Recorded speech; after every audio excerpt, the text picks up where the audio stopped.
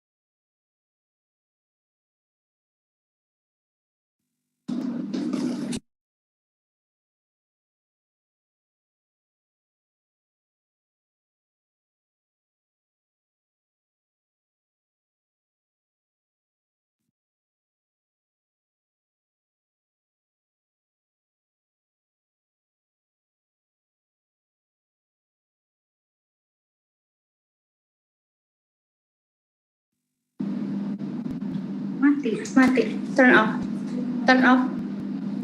Yes. All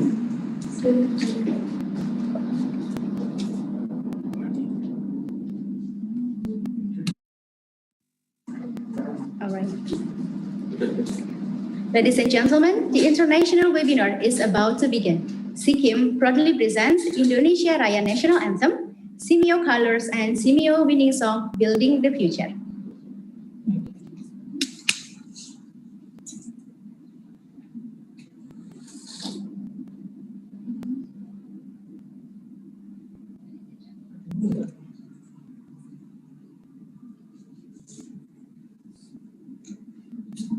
Nggak dengar ya? Emang kita nggak dengar soundnya?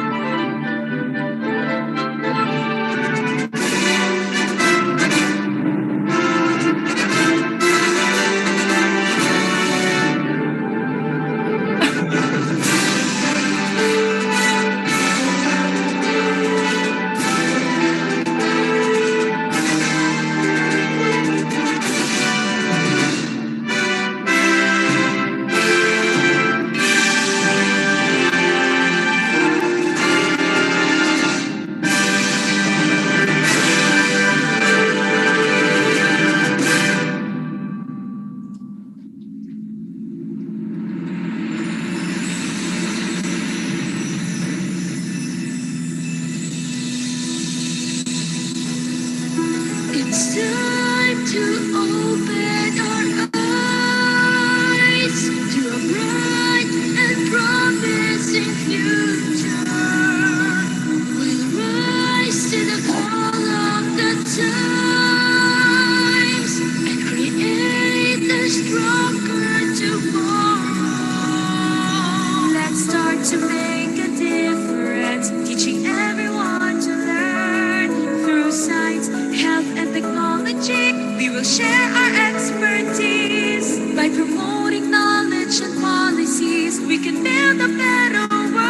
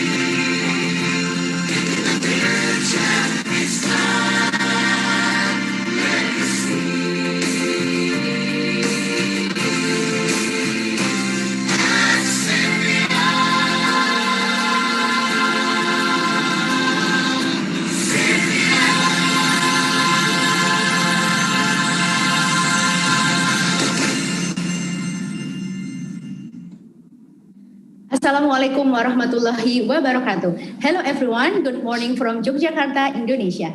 I hope you are doing well amid the challenges and changes during this pandemic. My name is Laili Dian Puspita and I'm pleased to welcome you today to the international webinar on artificial intelligence in mathematics education. Where is it now and what is the future? Today, the 25th February 2021 through Zoom platform and YouTube channel.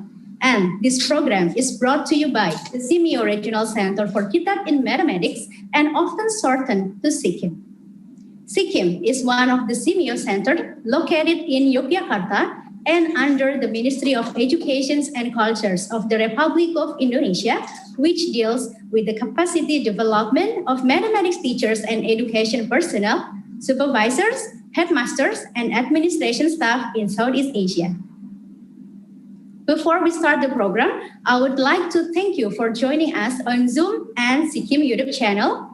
The Honorable, the Deputy Director for Program and Development, Simeo Secretariat Thailand, Dr. Wahyudi. Selamat pagi, Bapak. The Honorable Board of Directors and its representatives of 6 Simeo Centers Indonesia. Thank you, Bapak Ibu, for your support. Then the Honorable invited guests and SIKIM partner institutions.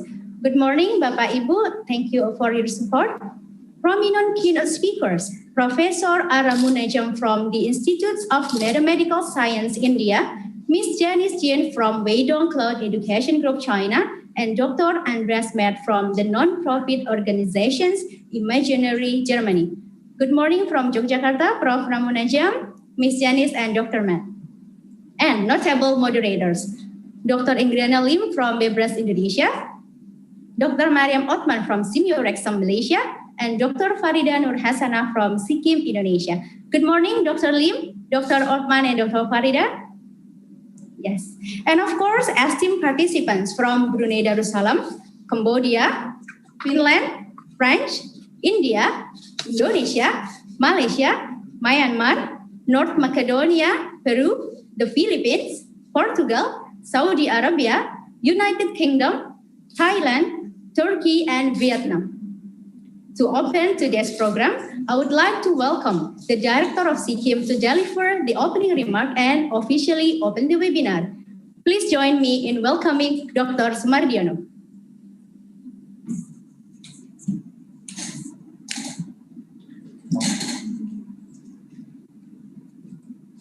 Thank you, Mr. Lee. It's okay now? Honorable keynote speakers, Honorable Director of Simeo Center in Indonesia, or the representatives, esteemed invited guests, distinguished participants, ladies and gentlemen. Everywhere, good morning. Assalamualaikum warahmatullahi wabarakatuh. On behalf of the Simeo Regional Center for Kitab in Mathematics, or SIKIM, it's a great pleasure for me to welcome you to our first international webinar in 2021, Artificial Intelligence in Mathematics Education. Where is it now and what is the future? Thank you for taking the time to attend this event. In this priceless moment, I would like to extend my deep appreciation to the distinguished keynote speakers, Professor Ramanujam from the Institute of Mathematical Sciences, India, Ms. Janice Jin from Weidong Cloud Education Groups, China, and Dr. Andreas from Imaginary, Germany. My most profound appreciation also goes to today's moderators, Dr. Mariam Othman from our sister centers in Malaysia, Simeo Rexam, Dr. Ingriana Lim from Brebas, Indonesia, and Dr. Farida Nur Hasana, who is also the Deputy Director for Program of SIKIM. Ladies and gentlemen, I'm pleased to inform you that SIKIM successfully conducted 3 international webinars in 2020. Those events were participated more than 2,000 participants from more than 17 countries worldwide. Therefore, the center would like to thank to all mathematics teachers and educators in Southeast Asia and beyond, Siamese sister centers, and stakeholders for their endless support. Well, ladies and gentlemen, I've read that artificial intelligence has a close relationship with teaching and learning in class. And thus, teachers and artificial intelligence can collaborate accordingly. Artificial intelligence, or AI, refers to a simulation of human intelligence in a programmed machine to think like human and their actions. As quote from CNBC Indonesia News, the purposes of artificial intelligence include learning, reasoning, and perceptions. Artificial intelligence is constantly growing to benefit many industry sectors, including education. As artificial intelligence in the educational field to mature, the hope is that artificial intelligence can help fill needs gaps in learning and teaching and allow schools and teachers to do more than ever before. Therefore, since our students of today will need to work in a future where artificial intelligence is the reality, our teacher must expose students to and use the technology. However, many of us have limited knowledge of artificial intelligence utilizations, particularly in mathematics teaching and learning. And here we are right now. Today, our keynote speakers will deliver and also discuss the artificial intelligence scenes from the mathematics education perspectives. Ladies and gentlemen, as of yesterday, more than 700 registrants from Southeast Asia and beyond have registered for this event. This great interest shows us that educators across the world are in strong needs of enhancing the knowledge in artificial intelligence. Finally, I declare the international webinar, Artificial Intelligence in Mathematics Education, Where is it now and what is the future, officially open. We wish you all a fruitful webinar. Stay safe and healthy. Thank you very much. Assalamualaikum warahmatullahi wabarakatuh. Waalaikumsalam warahmatullahi wabarakatuh. Thank you, Bapak, for the enlightening remark and has officially opened the webinar. Ladies and gentlemen, the integration of artificial intelligence in the mathematics classroom has become an exciting issue until today. Either it will have positive or negative impacts on students' learning and their future careers. As an effort to address this issue, SIKIM conducts an international webinar series today, and it is expected that the event will foster the exchange of ideas and strategies for the better integrations of artificial intelligence in mathematics classroom, and to get more information related to what artificial intelligence will offer in the future, especially for mathematics education. Well, ladies and gentlemen, are you ready to begin the keynote address sessions? But before that, allow me to read the webinar protocol.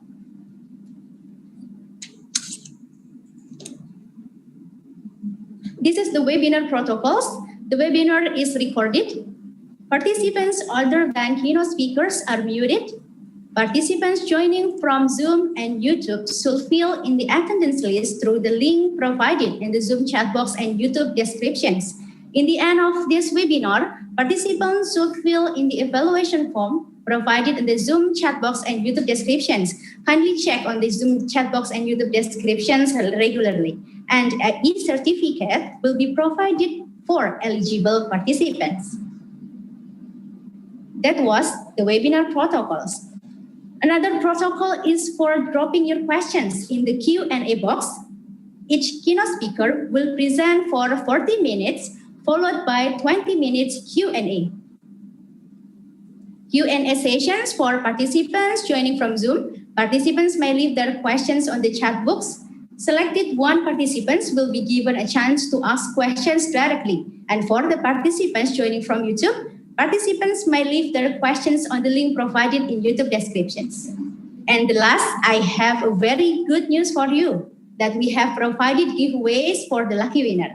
All participants have the same chance between participants in the Zoom and YouTube. Here's the easy way to do how to win the giveaway. The first, you just follow our Instagram, Sikkim Instagram at @SimYouKitapinMath. The second, please capture the webinar by taking a screenshot or recording during the webinar and upload them to your Instagram story and mention us at @SimYouKitapinMath. And winners will be announced to Sikkim Instagram page.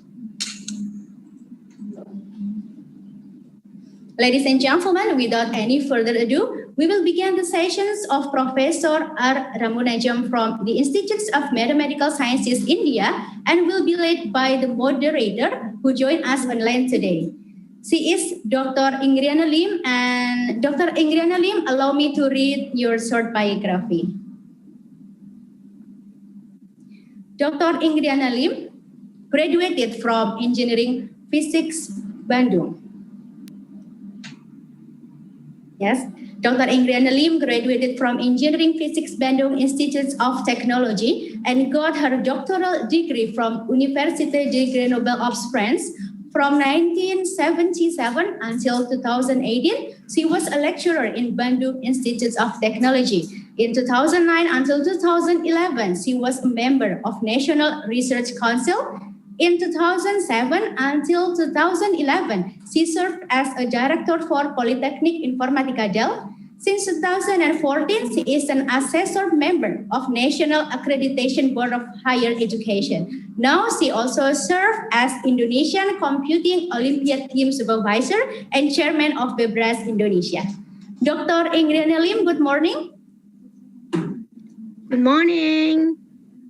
Good morning, and I hand over this platform to you. Okay. Professor Ramanujam, are you here? Yes, I'm here. Can you hear me? Yeah, hello. I'm not a robot. I'm a human being. Wonderful, wonderful. Yeah, so 40 years ago, I started my career working at our university computer center with a big computer, 16 kilobyte of memory. And now computers are getting smaller, having gigabyte of memory, more powerful, and even at our fingertips. I never imagined that today's people succeeded in creating artificial intelligence used for various purposes to make life easier, including in education. However, I think technology is only tools. The most important is our teachers, my beloved teachers, hello, and human people who create artificial intelligence, and you will create future AI creators from your students today. So let's listen to Professor Ramanujam. I will read his CV. Please show his CV. Thank you. So Professor Ramanujam got PhD in computer science from Tata Institute of Fundamental Research, Mumbai, a beautiful place. I've been there, Prof. After postdoctoral research at the City University, New York, he has been at the Institute of Mathematical Science, Chennai, where he is currently professor. His research interests are in mathematical logic and theory of computation, and their application to theory of distributed system, game theory, and security theory. He is currently on the editorial board of ACM Transaction on computational logic. In 2010, he was elected Lawrence Fellow of the Royal Netherlands Academy of Science. Currently, He is Vice President of the Mathematics Teachers Association of India and is on the Education Committee of ACM India and Association for Symbolic Logic. For our teacher, ACM is a notable organization, the most prestigious organization in computer sector, born on 1947 and now having 78,000 members. So please, Professor Ramanujam, please enlighten us with your idea about AI in math and education. Time is yours. Thank you. Thank you so much. Good morning. Salam alaikum.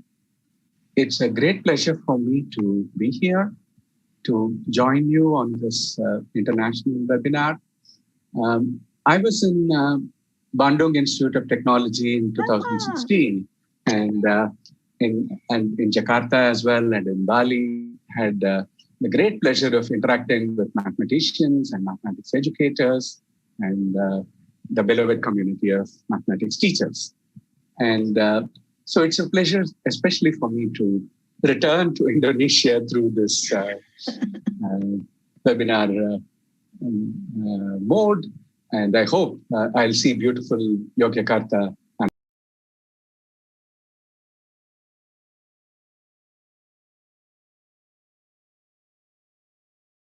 Yep. Is it okay? Okay. Yeah. So I have given the title for this talk as AI for School Mathematics, Old Challenges, New Prospects. To emphasize, so first, I thank Sikkim for the opportunity to speak in this webinar. If you have questions and comments for which we have no time today, please write to me. My email address is here. My Gmail is extremely easy to remember, so you can make use of that. And that the other one is my professional address, but you're welcome to write to me anytime. Okay, so let me begin with a quote.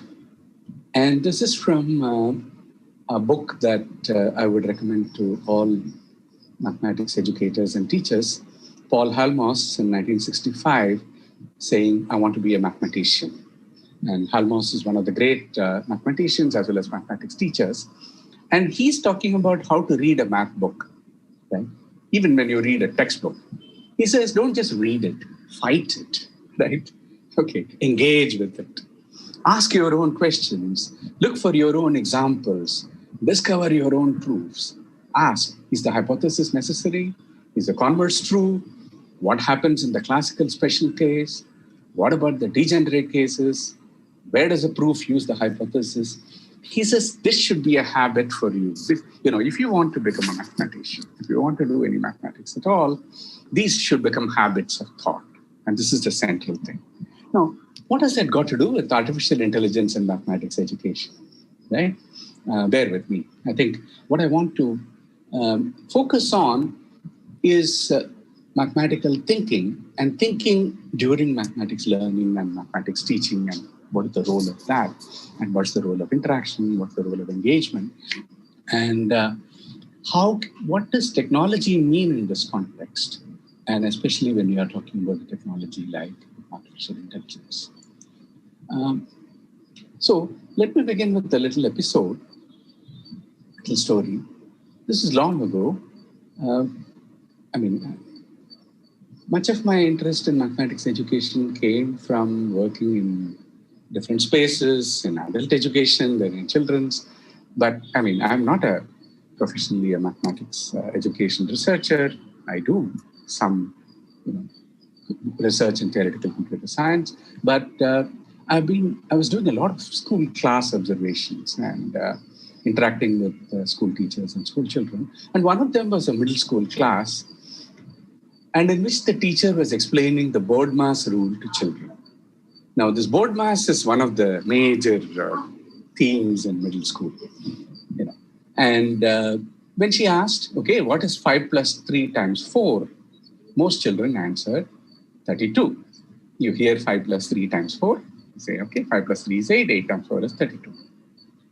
And then the teacher, Now, this is against the board maths, right? I mean, because times gets precedence. You're supposed to say 3 times 4 is 12, and then you add 5, you get 17. The teacher who had been helping the children to learn the use of the calculators the previous week, and this was a very progressive thing at that time, this is nearly 20 years ago, and trying to get children to use and learn to use, not so much for that. In fact, she was using the calculator for doing some nice explorations for the children. So she said, look, if you use the calculator, and she showed that you get 17, right? And why does a calculator do that? Because, times takes precedence over multiplication, takes precedence over addition, right? And the children clearly understood. It was clear from what we could see. The children, of course, understood that you get different results if you add first and then multiply, or if you multiply first and then add. But it was clear that the children did not understand why times should precede plus. Why should you do first? I mean, you said 5 plus 3 times 4, right? Then, you do 5 plus 3 and then times 4. So it's not so much about what the teacher said or what the children said. This interaction that's happening in the class, there is certain engagement. The teacher is engaged with the children. The children are engaged with what's being asked, but there is confusion. Right?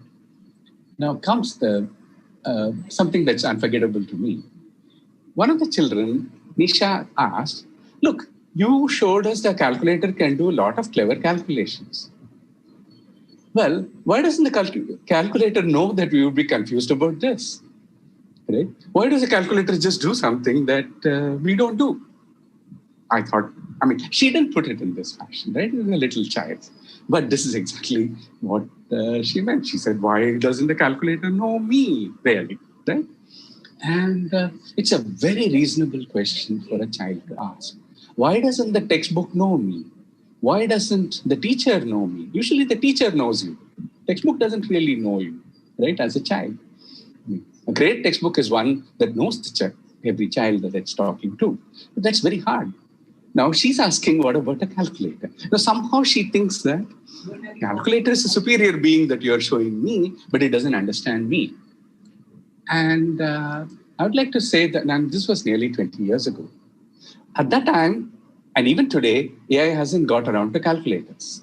So let's be clear about this. When we talk about, very fancy AI, I do not see a simple, calculator talking to children, doing 5 plus 3 times 4 and telling you, hey, do you really mean 5 plus 3 times 4 or, 5 plus 3 times 4? What do you mean? And, knowing whom you're talking to is something that's, considered fundamental in human interaction. That especially if you're a teacher, knowing your children is fundamental. What does AI do in this context? And this is something that I think we should engage with seriously if you want to think about the role of AI in mathematics education. Now, currently AI, or even NI, what is NI? Natural intelligence, often, alas, plays only a small role in mathematics education the world over. So we should mainly speak of the disruptive and transformative potential of AI in mathematics education. In terms of where it is today and where it is headed tomorrow, I do see tremendous potential for it maybe headed tomorrow. But where it is, I think it's mainly disrupting. There is potential for it to disrupt the status of mathematics education, which needs some shaking up and transformative potential. But then we must ask, what are the central areas of concern with regard to mathematics education? And which are the problems among these that AI could solve? Which are the new problems that AI could create? Right? Let's not be, assuming that AI is going to solve mathematics problems. In the process, it can create new problems as well. And then, what is the dimension that is really unaddressed when we think like this? So this is really what I want to speak on. But first, just as last week, I was having an interaction with mathematics teachers in my region here in Southeast India and Chennai. And I asked, simply because I was talking about this and preparing this talk, I asked about how do they understand AI in education? uses a bunch of very good mathematics teachers. And I found that there's a lot of confusion. Most mathematics teachers seem to equate any tech tool at all with artificial intelligence, right? Now, if I consider something like GeoGebra, there are any number of tools for explorations in calculus. These are very good tech tools, and they're making a significant contribution to mathematics education. But that's not AI, right? Use of any computing technology doesn't make something AI. Like I said, you have very fancy calculators today. That doesn't mean that the calculator is showing AI. AI is much more, very different. Neither is use of big data and machine learning techniques alone. Somebody says, I'm doing a lot of machine learning to this thing. It doesn't in itself make it AI. AI is much broader. What are the symptoms of AI in what you're using? Where is AI coming in? Well, if there is adaptive behavior, if its behavior last month of your program is different from today, right? Depends on the pace at which it can adapt. It shows very different behavior because as it is, it's learning through interaction. That's AI. That's the signature of AI. Conversation, can it talk to you? Can like that, my intelligent board mass calculator will actually talk to the child and say, hey, do you mean 5 + 3 = 8? Or, okay, that's AI. Networking, not that it doesn't act alone. And that, of course, is a very important issue to, enjoy, but also be very cautious about, right? I mean, multiple sensors, AI comes in perception, vision, speech, robotics, moving multiple things, and being part of a large network and talking to each other, learning from each other and building. This is what is making, if you see what is revolutionizing technology through AI today, it's these elements, right? And what are they doing in math education and what is their potential? Now, under development now, in terms of what is AI has accomplished, there isn't much, I would say, relative to, the kind of tech tools that we're talking about. I mean, the impact that GeoGebra can do. Right? Now, there are areas where AI is making some impact now. One is smart content. What is smart content? This is technology that provides typically school textbook content, but in a smarter way. For instance, in helping preparation for exams, right? In terms of helping you navigate the material. In terms of making the question bank that you've got non-rigid. What does that mean? Well, we are used to textbook-based question answering, where the question bank is very rigid. The textbook does offer, your guidebook does offer questions, but there is this, set sequence. And it's very difficult for teachers to escape that sequence, right? I mean, when a teacher engages with textbook in a classroom, I call this the tyranny of the textbook, right? I mean, the textbook takes control of your mind and the way you do, and it's very hard. Smart content gets rid of that.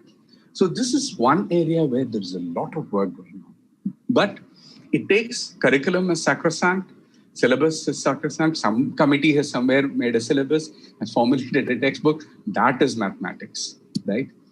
It has very little, this, from whatever I have seen, has almost nothing to do with what Paul Halmos was telling you, where he was saying, fight it, ask questions, Okay, I want to come to that later. But this is one area where there's a lot of work going on. Second is, I've given some examples like content technologies, Jill Watson. I'm just throwing some examples here.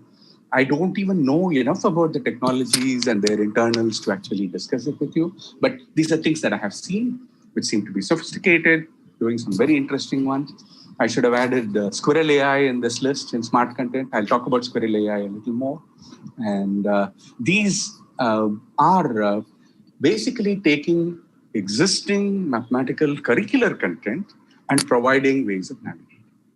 The second one, where probably, if you go to AI in education conferences and see what a huge amount of the work, the research, AI research is looking at in education, it is in the second theme, which is personalized tutoring. Customizing whatever you're talking about to the learner's interest, aptitude, and learning style. Now, there is enormous amount of work on this, and there's quite a lot under development. Broadly, AI in education. Related to math education, there is relatively less compared to the overall scheme of things of AI in education, but there is. Now, this is where it gets into really difficult questions. This is something that every teacher faces as a tremendous challenge, right? Now, unlike any other disciplines, mathematics, there is something unique. It doesn't matter whether I'm talking about India or Indonesia, China, or Somalia, whether I'm in East Coast of the US or, Slovenia. There's something that's unique to mathematics. You walk into a classroom of 50, there are 5 children there who do not need you, right? Who take to mathematics like that, and they are with you, and they're, ahead, and they want more and thirsting for it. And then there are about 15 out of 50 who are very hard to engage with, who are totally disengaged with mathematics, and they just want to get out of the whole thing. So much of what we call mathematics education happens in this intermediary, right? For those who are neither those who are, and this is true for anywhere you go. There are always children who take to mathematics. So what's going on? So for teachers, the tremendous challenge is, gauging the students' interests, aptitude, and lastly, learning style. As all educators and teachers know, that every child comes with her own pace of learning, her own style of learning, and especially in mathematics, for those who do mathematics, you ask mathematicians, they'll tell you that, I'm the problem-solving kind, right? I'm not a great theory builder, right? I personally, for instance, do a lot of theory building work. And specific problem-solving, I do, and mainly because of my interest in working with education. But my research is mostly theory building. Some people are very good at analytical techniques. Some people are much better with intuitive ones. Some are better in formalization. Some have geometric insight. They prefer geometric insights and visual reasoning. Some prefer analytical ones. There are many, many learning styles. And that's true for perhaps every discipline. I'm specific about mathematics.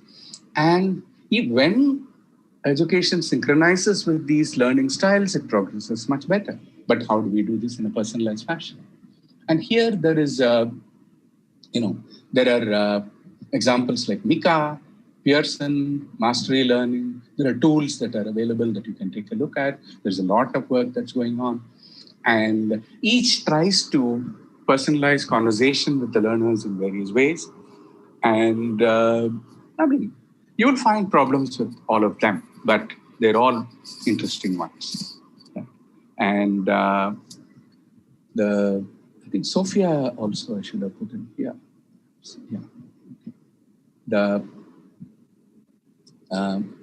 Then virtual facilitators and learning environments. This is access to bots or advisors for advice on specifics and collaborative learning forum. Okay. Now, these sound very simple, but actually they're very, very sophisticated. The idea is that you can go, in fact, Jill Watson, I should have put more into this really, because Jill Watson is really you can talk to Jill for any question that you've got, right? You don't understand limits. I want to know what is limit extending to 0 sine x by x. You ask Jill, and Jill gives some answers. And then you ask more questions and Jill gives. This is the way it is modeled, right? And the thing is that it's available 24/7. You can go anytime, you can talk. So these are advisors or bots. And I think I would have put Sophia in this list. Yeah, Sophia, for instance, is, I'll come to these later. So, this is the Harvard mathematics team that, a bunch of mathematics teachers who developed Sophia, which is a tool for discussing calculus. In fact, the examples that I gave were from Sophia, not Jill Watson. And, but then the conversation is very stilted. For instance, with Sophia, you ask, is sine x continuous at x equal to 0? And she says, yes. And then next question, is it differentiable? She has no idea. What? And then you realize the problem is not that she doesn't know that difference between differentiability and continuity, but you said it, right? You said, is it differentiable? And he doesn't know what it means here. Because the earlier question asked about sine x, and when you ask, is sine x continuous? Sine x continuous at x equal to 0? Yeah. And she answers. Then you ask, is it differentiable? You mean by it, you mean sine x. Okay? Sophia doesn't understand. Okay, this is at least a version that I saw earlier. By now, probably it understands. But my point is, conversation with mathematical conversation with bots and advisors is not something trivial. But yeah, there is a lot of this. And collaborative learning where students take up projects together, work on this, discuss them, and makes it, forums that make it possible. And then there are some like third space learning, Duolingo. Duolingo is not so much about math education, it's about translations, managing multiple languages in whatever context that combine some of these aspects. And then there is imaginary, of which you're going to hear a lot. Right? I must say, Andreas Matt is something like a hero, and it's a great pleasure for me to be sharing a platform with him and seeing many of his work, which goes way beyond these in some dimensions, especially in the dimension of visualization, delivering content. I think imaginary is like a revolution. We're going to hear more on that. Now, so this is a one-slide survey. That's all I'm giving, right? To say that if you look at AI in mathematics education, what is clear right now is there is a zoo out there. There are 100 attempts being made. I'm not sure that they cohere into one vision. Very, very unlikely. And I do not see a particular strand of reasoning and thought. These are the needs of, mathematics education, and these are being addressed. In general, education demands, if you take, it doesn't matter whether we are talking about mathematics or, teaching literature or teaching history, you need smart content, right? You need personalized tutoring. You need multiple ways of navigation. You need access to experts who are available. And that's what is going on. Imaginary is highly mathematics focused, but it's like GeoGebra that's mathematics focused, or any of the tools, and it incorporates AI into its tools. But it has a particular vision. So what's the role of AI in mathematics education? And here is Alan Turing, the pioneer, and who in as early as 1940 wrote a paper, Can a Machine Think?, which launched artificial intelligence as we understand it today. And Turing suggested that rather than define intelligence, we should ask to certify intelligent behavior. And he suggested the Turing test. Basically, you put somebody in another room, you can't see, you're conversing with that person. And if you can't make out whether the person, after sufficient duration, after sufficient experimentation, interaction, if you cannot make out whether that person is a computer or a human being, that computer passes the intelligence test. This was Turing's suggestion. So it's the test of a machine's ability to examine intelligent behavior equivalent to or indistinguishable from that of a human being. So my question is, what would be a Turing test for mathematics education, right? You have something inside and you're talking to. Is that person a human being? And we are talking in the context of mathematics education as a mathematics learner or as a mathematics teacher. Well, one thing you can ask as a learner, can a machine solve routine calculus problems formulated in common language? Right? Okay. Then this is one question, one test that you might apply. Another test, I think this is what most teachers would say, a secondary school teacher will say, can a machine work with the differentiated needs of 40 students in grade 9 and ensure outcomes in algebra demanded by the curriculum? Then I'll say, okay, it's intelligent. So let me make it clear. I am not advocating these questions. I'm not saying these are the questions, this is the Turing test for mathematics education. But my point is, these questions, the Turing test for mathematics education should be articulated by the mathematics education community, not computer science guys, not technology guys, not AI guys, right? Because this is the demand that you make of the technology. Pointing out that we need clarity on what we want from AI in mathematics education. I think that clarity coming from the math education community, I think is very critical in how we want to drive AI to address the needs. What are the needs? Now, what are the central concerns, central areas of concern in mathematics education? Let me take something from National Curriculum Framework 2005 from India.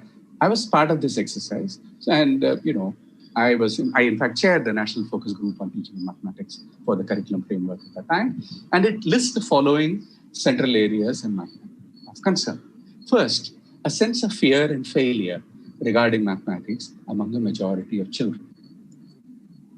A curriculum that disappoints both a talented minority as well as the non-participating majority at the same time. Why? Because the curriculum is not challenging enough for those who are thirsty and want to go. And on the other hand, for those who, there is a silent majority which is refusing to engage with it at all. And then crude methods of assessment that encourage perception of mathematics as mechanical computation, simply application of procedure again and again. And I have seen this, enormously, especially in India and China, and where I have interacted with teachers, and to some extent a little bit in Indonesia also. So, lack of teacher preparation and support in both content and pedagogy of mathematics. Very often, especially in India, the only resource, the educational resource that the mathematics teacher has is the mathematics textbook, nothing else, right? So, and there is a tremendous problem with content knowledge and pedagogical knowledge. And after 15 years, right now, I do not see any need to edit this list. These are the central concerns of mathematics education that I will put in today as well. Now, out of these, what can AI address and what are the problems that AI can solve for us? Well, firstly, I would say this, big issue, I would call it the elephant in the room. It's acknowledged the world over that poor performance in mathematics leads to poor self-image and self-esteem issues among a large number of teenagers, right?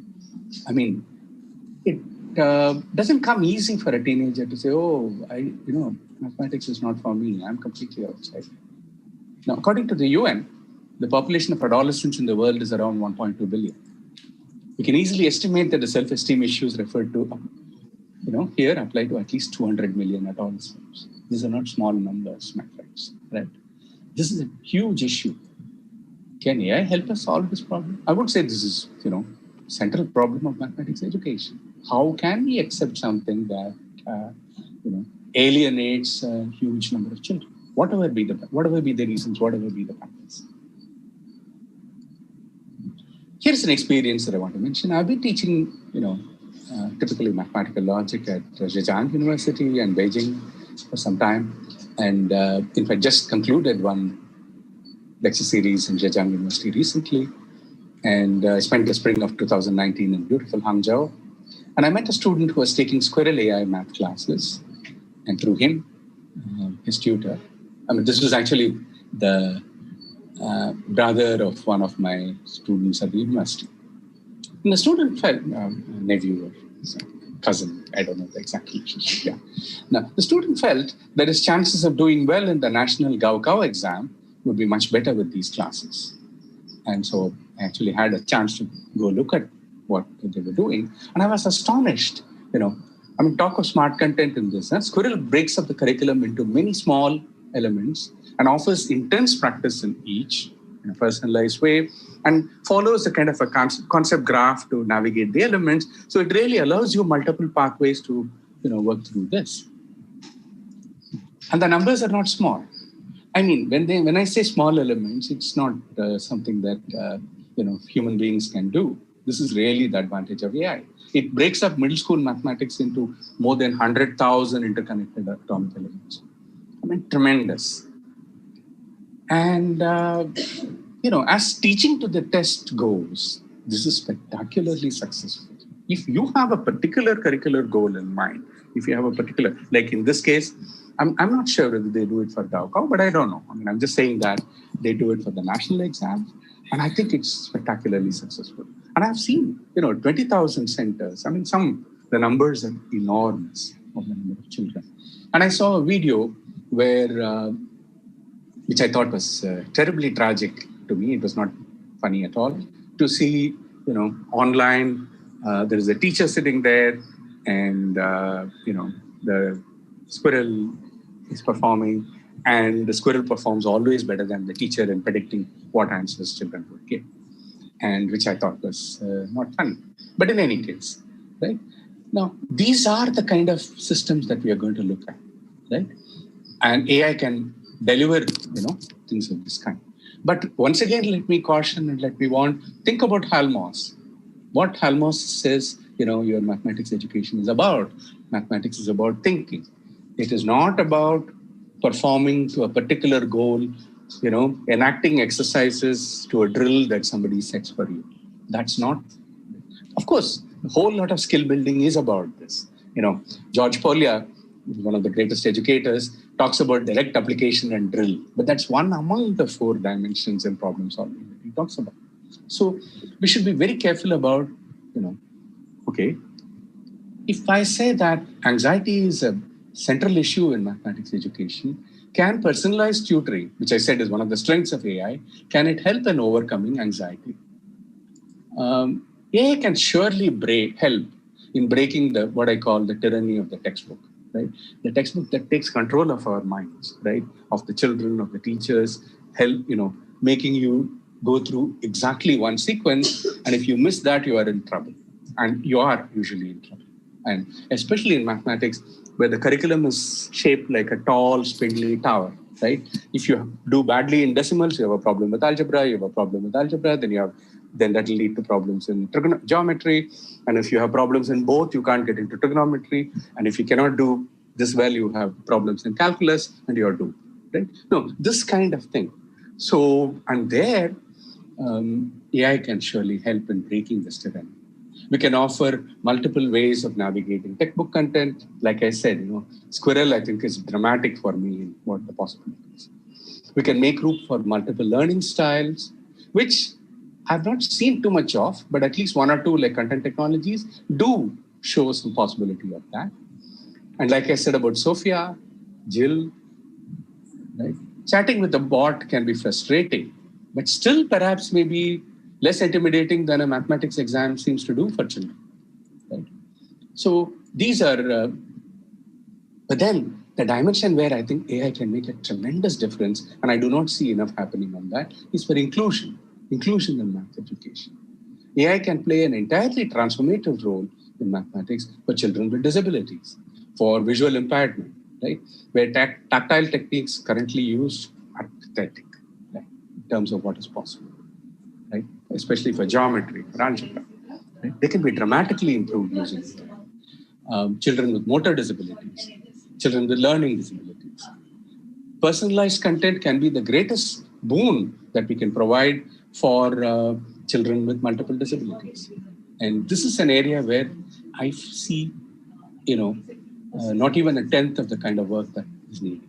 And then for bridging content, okay, when children drop out of the system and rejoin for a variety of reasons, maybe you broke your leg while playing football, right? Could be any kind of reason.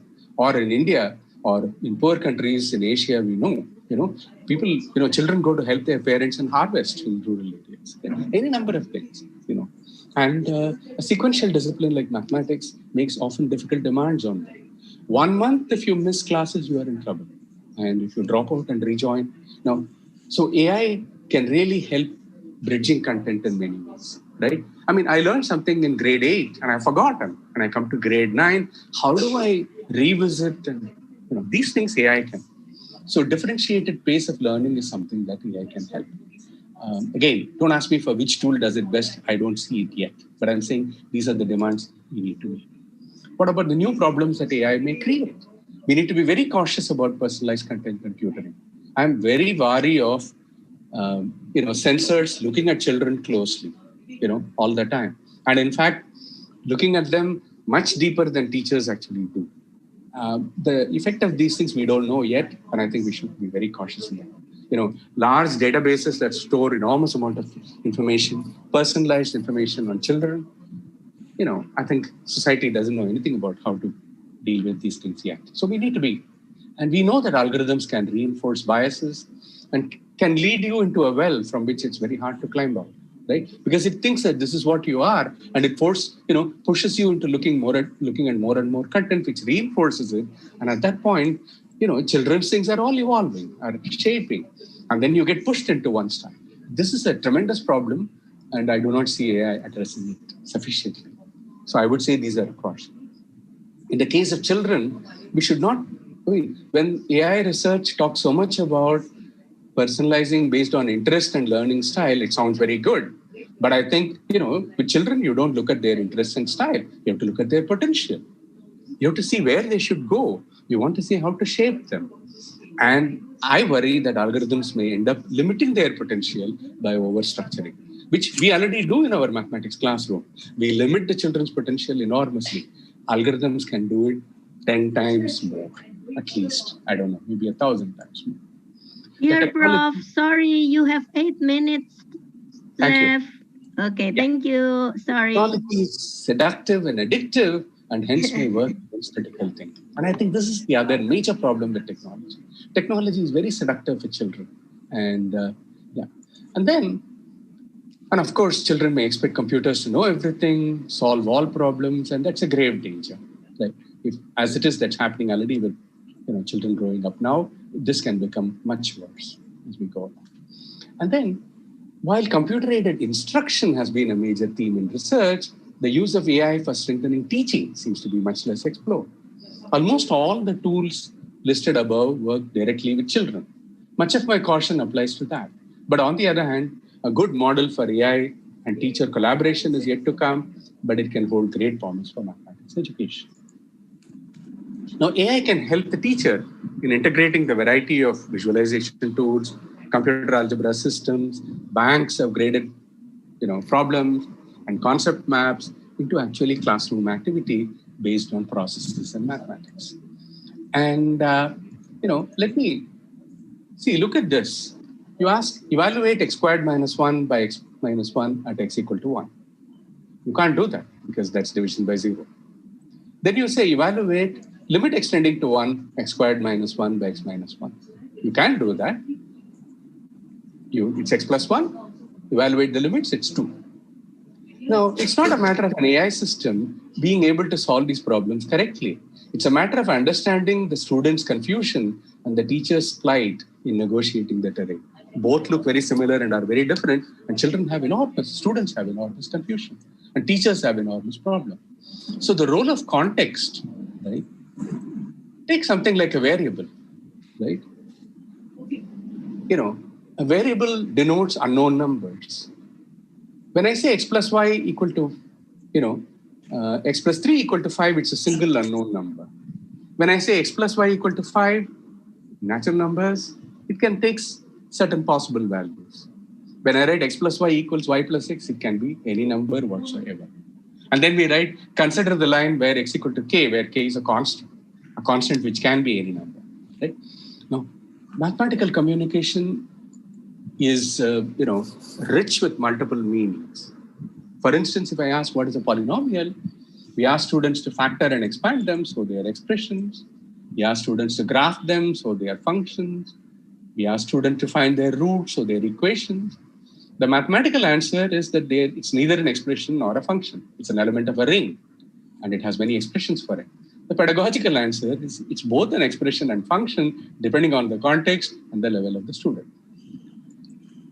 How can AI deal with these things? Should. And I think we, as math educators, we must demand these are the questions that AI should look at in mathematics education. Gamification is a term, gaining currency, but unfortunately, mathematical content is rather thin. Most of them have a lot of bells and whistles, beautiful graphics, and immersive thing, but the math content is rather weak from what I have seen. Digital Destination is a game that I saw, which lets you experience coordinate geometry. Then there are pursuit problems, lots of such games. One of the best examples that I have seen is this Ramanujam machine. That is mathematical thinking. It offers conjectures for you, right? You can play around, offering partial proof, suggest algorithms, modify conjectures, etc. This is pretty much the kind of engagement that if a new theorem or algorithm comes out of it, it's in fact named after you. Here is an example. These are conjectures offered by the Ramanujam machine on continued fractions. And people have engaged with it. And these are now theorems proved by people based on conjectures made by the machine. It's a classic, it's perhaps one of the best examples that I've seen of man-AI, human-AI collaboration in mathematics for mathematical discovery. And it's possible to personalize it at different levels. So doing mathematics means many things. Selecting between representations, looking for invariances, observing extreme cases, and typical ones to come up with conjectures, looking for counterexamples, simplifying or generalizing problems, most importantly, building on answers to generate new questions. AI can help the teacher in this, not so much the student, to select and enable these in the classroom. Mathematization involves a range of processes: abstraction, representation, use of patterns, visualization, use of heuristics, estimation, approximation, formal communication. This is an excellent wish list that we can give to AI researchers in education. Show us how we can build these into the mathematics classroom, which we find difficult right now. Last words, here is a quotation from Leon Henkin, where he says, one of the big apprehensions about mathematics that we perpetrate in our classrooms is that the teacher always seems to know the answer to any problem that is discussed. This gives the students the idea that there is a book somewhere with all the right answers to all the interesting questions, and the teachers know these answers. And if one could get hold of the book, one would have everything settled. This is so unlike the true nature of mathematics. Henkin was a great mathematician.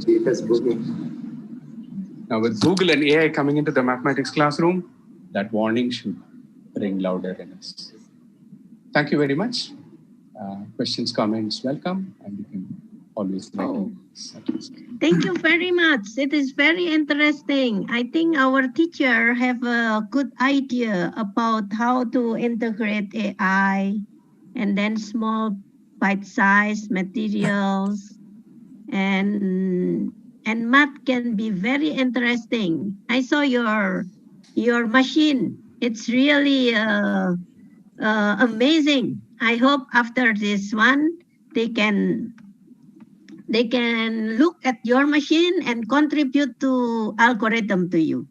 And now we come, yep.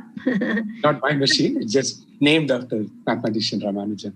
Yeah, it's a pity that you you don't have time for demonstrating your very interesting visualization and machine.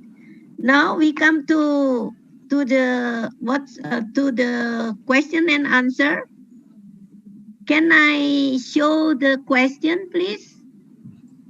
Yeah, I will stop sharing. So, because of the time, we can only choose one question from each category. But I make a resume of all questions. Maybe they can you can answer by email. Yes. So the question from Zoom is the first one. I think the first one, could you give example activity to encourage students learn mathematics through AI? This is very interesting. Yes, I think the one that I have personally, engaged with and seen most is in simplification of algebraic expressions. Okay, where this personalized content, I've seen what it does is basically it tries to figure out. In simplification of algebraic expressions, we give a lot of rules. What are the kind of rules? Group-like terms. Bring all things of the same term of the same degree to one side, and usually to the left-hand side to these. Right now, unlike this, what the AI system does is actually sees what strategies you used in the earlier examples that you have done. What it does is it offers you those expressions. So it's basically the same thing like what you do in class, but rather than giving a bunch of undifferentiated expressions for children to simplify, what it does is it has a whole bunch of expressions, but it also has a whole bunch of strategies that you used, and it observes and finds out. And then what it offers is, it has a concept graph in terms of levels of difficulty. And what it does is, okay, the next one, it gives you sufficient examples so that the strategy that you use is reinforced. Or if you've been doing something incorrectly, you have an opportunity to find out make more mistakes and find out in that.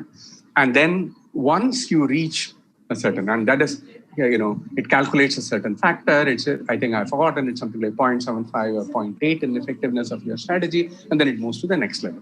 So basically, it has got a whole bunch of problems that for the child to solve, especially in something like this algebraic simplification. And it just lets you navigate through them in a very, in a personalized level. This is one example activity that I've seen. Then in games, there are enormous number of games, and games which let you navigate, like the one that I said, a game that allows you to experience coordinate geometry by letting you move around. For instance, if you're doing it on the plane, it lets you move around in particular ways. And like in pursuit problems, you see you are the cop and the robber is going, and you're given a lot of information about the relative speeds, direction, etc. And you have to calculate and pursue. So that's another way by which, by playing the game, you learn navigation in R2. Thank you. And now the second question from Sridu. The question is, from the YouTube, you will be very famous in Indonesia. How to integrate AI in the textbook? This is the question. I think, this is an interesting and a difficult question for a variety of reasons. Now, I have been involved in mathematics textbook preparation, not so much as a writer, but as a person helping textbook writers and reviewing them, etc. Now, the textbook suffers from several problems. One is that there is, you can't have a textbook that's 1,000 pages, right? Yeah. You should not have. There must be a law which says that, textbooks is something that children can hold in their hands comfortably, and that's fine. So you have a page restriction, size restriction. And then you want it to be in color. You want it to have lots of pictures, but then the more color you want, the more stories you want, the more boxes you want, the textbook is becoming bigger and bigger, right? Now, this is a problem that AI can solve by changing the shape of the textbook. And another problem that, when you go to digital content, there is no problem with that. You can go into, you can also go into presentation mode where you visualize the whole topic using a concept map.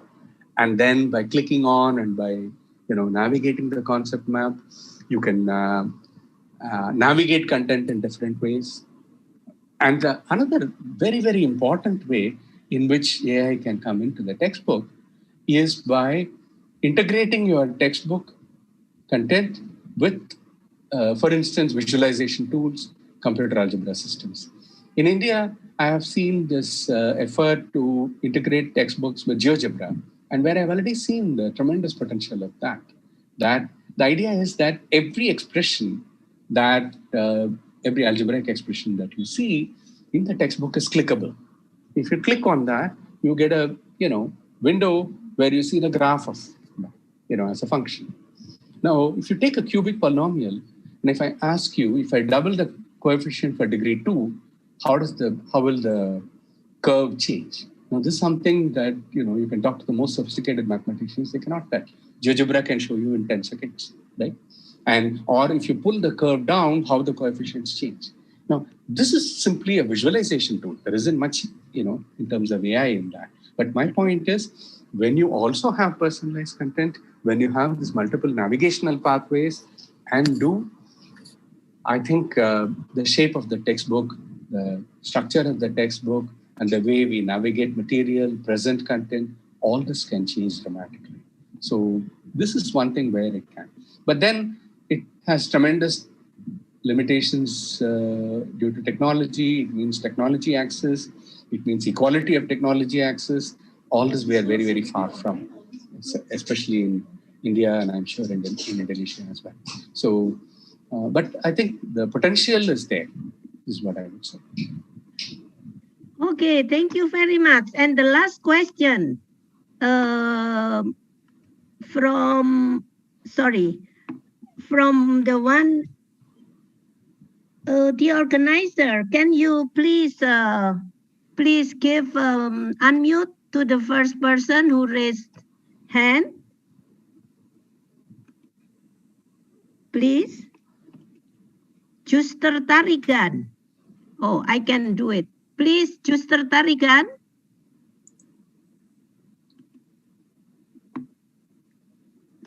Hello, the organizer. Can you give Juster Tarigan, please? No? She is not there. Hello. So the second, Nur Rafni. Are you there?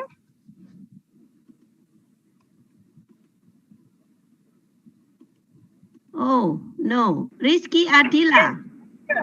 Nur Rafni, are you there? Yes. Please express your question.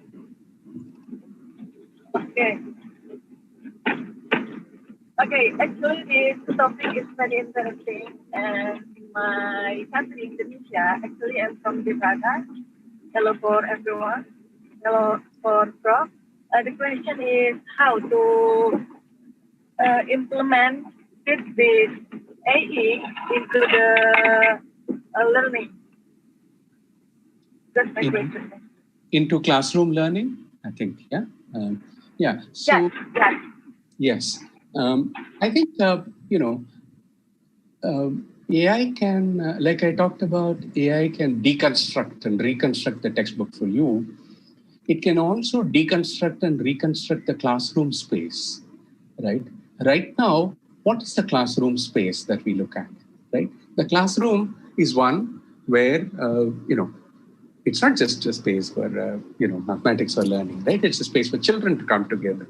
Children interact with each other, they have social processes, and then the teacher placed in that is part of the social processes, and mathematics education happens in that.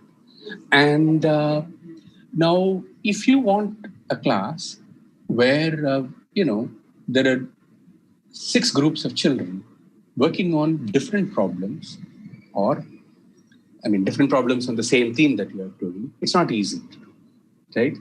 And if they are also using devices, for instance, like I said, GeoGebra, right? For instance, you are doing conic sections, right? There are many ways to do conic sections. And every student, not every student,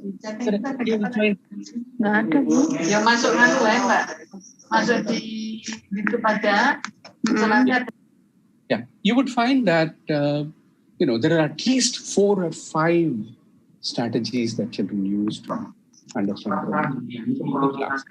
Now,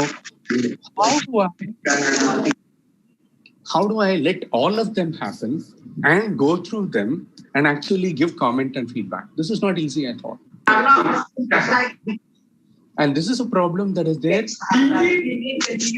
from primary school all the way to higher secondary school. And with primary, it's even harder because with children screaming and saying, me, look at me, right? And multiplication, right, or division, there is not one way, and there are children going to try very different things.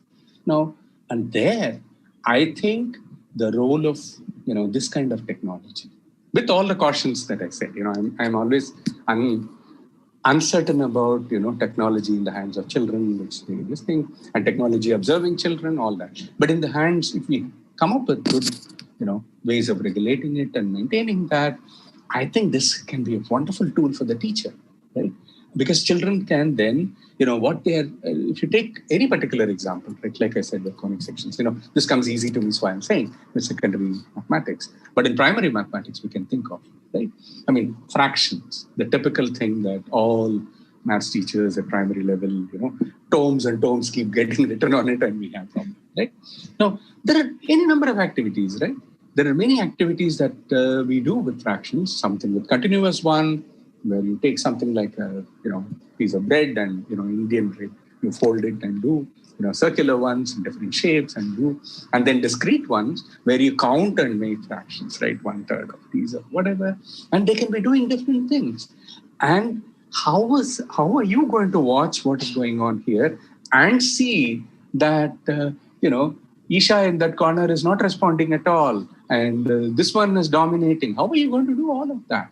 And there, if, as I said, if done in a positive way by encouraging all those learning styles, all those spaces for that differentiation, AI can be a tremendous boon because it brings the ability to observe, intervene in real time for many children, and not only those who are present, also the Mohan who is sick and sitting at home and participating online, right? And you can still you can have a class with all that. These, I think, that's true in general with education, but in mathematics especially, where participation is so important, engagement is so important because of anxiety and worry and self-confidence issues. I think it can. But I must repeat that all these, we are talking about something very new for which we do not have social control. We do not understand it in social terms yet. And that's why let me end with once again this thing that the assessment of AI in mathematics education should come from mathematics education, right? AI itself is seductive. We cannot afford to leave it in the hands of the, computer science guys and the technology guys and the geeks and, these are it's the education community that should take the lead in saying, this is what we need. These are our central problems. Because if AI comes and solves some of the peripheral problems and does not attack the central ones, the status of mathematics education, like I said, this 250 million alienated will continue. So that has to be our priority. Thank you. Okay. Thank you very much. So we come to conclusion that I think the teachers should not worrying that AI will replace them. AI will help them to be a better teachers, will assist them. So please give your concluding remark for closing your session. Thank you. Please. The concluding remark is mainly that, we have the title, let me recall the title again. I said, old challenges and new prospects. Because the challenge that I placed is perhaps the oldest challenge. That is that there is this huge number of, students, teenagers with self-esteem issues related to mathematics. And that's, as I said, we are talking about 250 million. If that is not a central issue, what is a central issue? Right? Mm-hmm. That any number of our children sitting in our classrooms, feeling alienated and saying, mathematics doesn't come to me, right? So that, I think. And then there are these tremendously talented ones for whom we're not providing enough mathematical opportunity and bringing mathematical thinking and critical thinking and engagement into the classroom, right? These are the main ones. Whether AI can help us solve these problems or not, we must drive AI towards solving these problems. And a whole lot of problems it can solve, but the math education community that should take the lead in this. Thank you. Thank you, Prof. Thank you very much. Keep in touch with us. I hope this will not be the last one. We can have a conference together. Thank you so much, and I give to the MC now. Thank you. Let's give applause. Assalamu alaikum. Thank you.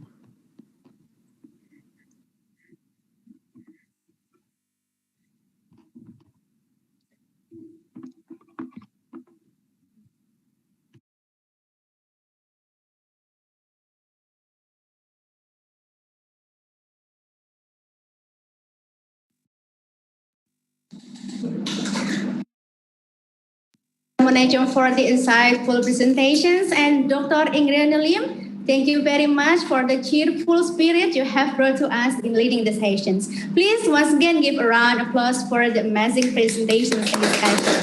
Thank you. And ladies and gentlemen, I apologize for the technical error that happened, but believe me, we always try to give you the best, and it doesn't hinder our enthusiasm to take part in this webinar for the next 2 hours. Do you agree with me, right? All right. Please remain on your seat. Don't miss any second for this fruitful international webinar because we still have keynote speakers 2 and 3. Ladies and gentlemen, together we will hear the presentations from Ms. Janice Jin from Weidong Cloud Education Group, China, and will be led by the moderator who joined us online today from one of Sikkim's sister center, that is Simeo Rexam, Malaysia. Allow me to read the short biography of our second moderator. She is Dr. Mariam Othman, the Deputy Director Research and Development at Simeo Rexam, Penang, Malaysia. She completed her PhD in 2010 from School of Education, University of Manchester, United Kingdom, in Measurement and Statistics in Education.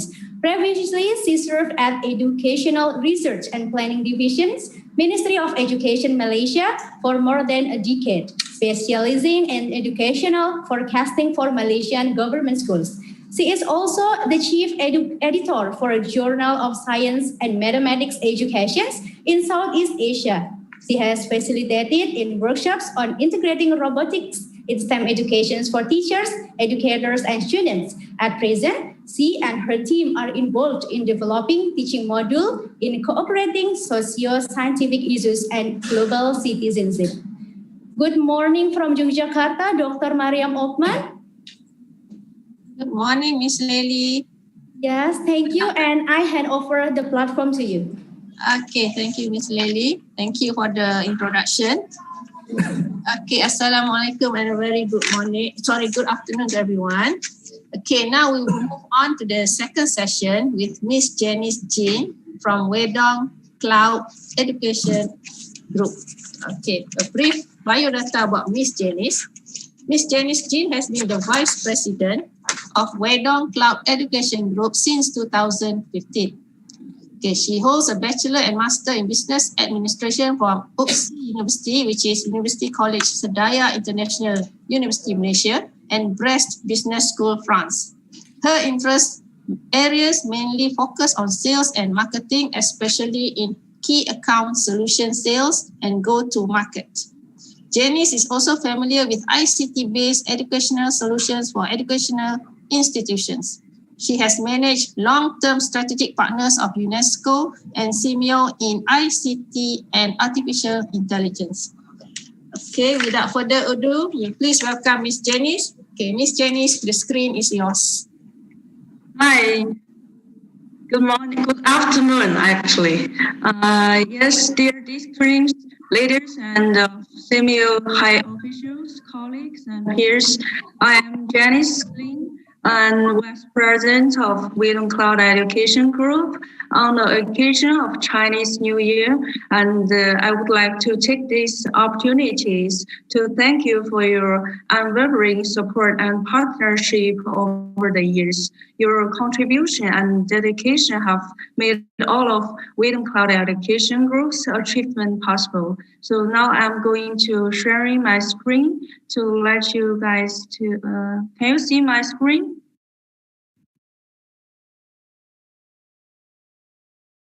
Yes. Can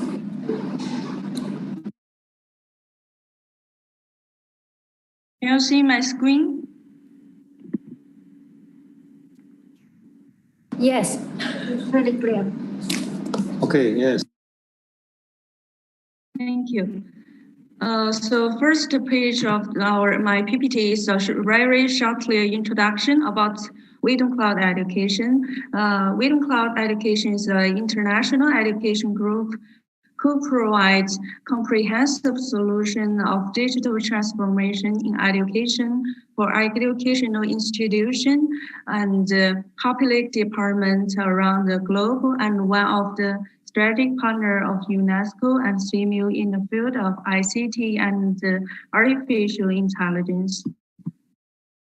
And for our solution and services, I go into a very good, shortly introduction about the WLMS and financial support and the content, and also infrastructure, computing services, and networking. Next page about our infrastructure is it is the services for Africa and Asia countries. For example, the computing the Africa countries service in networking and devices like big data center and the smart classroom. For the learning management system, which supports formal and informal learning in both public and private sectors, available in English, French, and Russian versions. It is applicable for all of the level of education, including K-12, higher education, and vocational training. The main functions include teaching, content, production, and organization daily activities management for teachers and students. This is the main features about VLMS, like live streaming, performance analysis, quiz, and multimedia playback, and the calendar.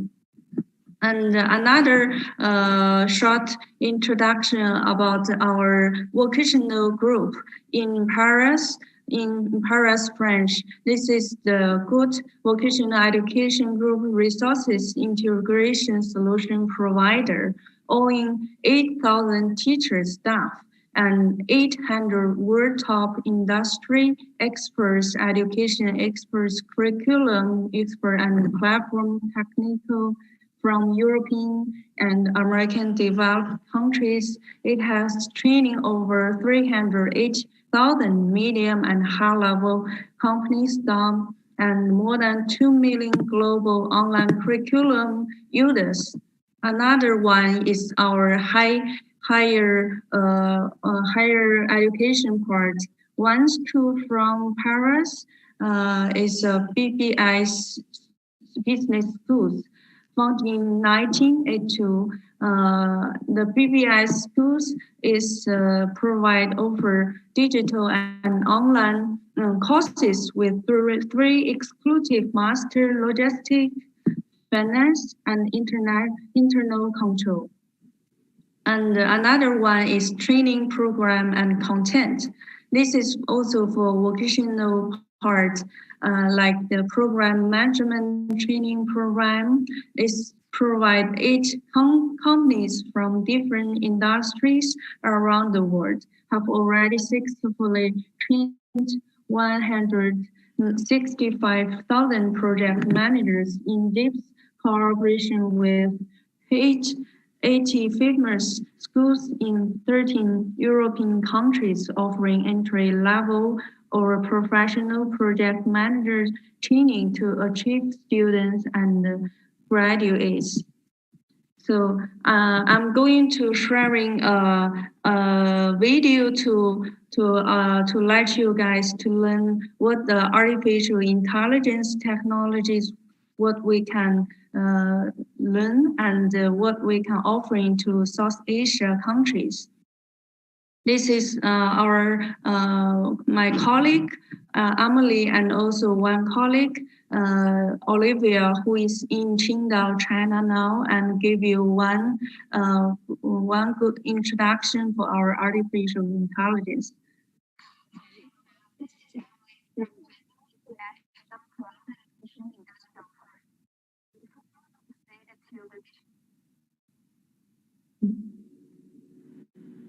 What's wrong?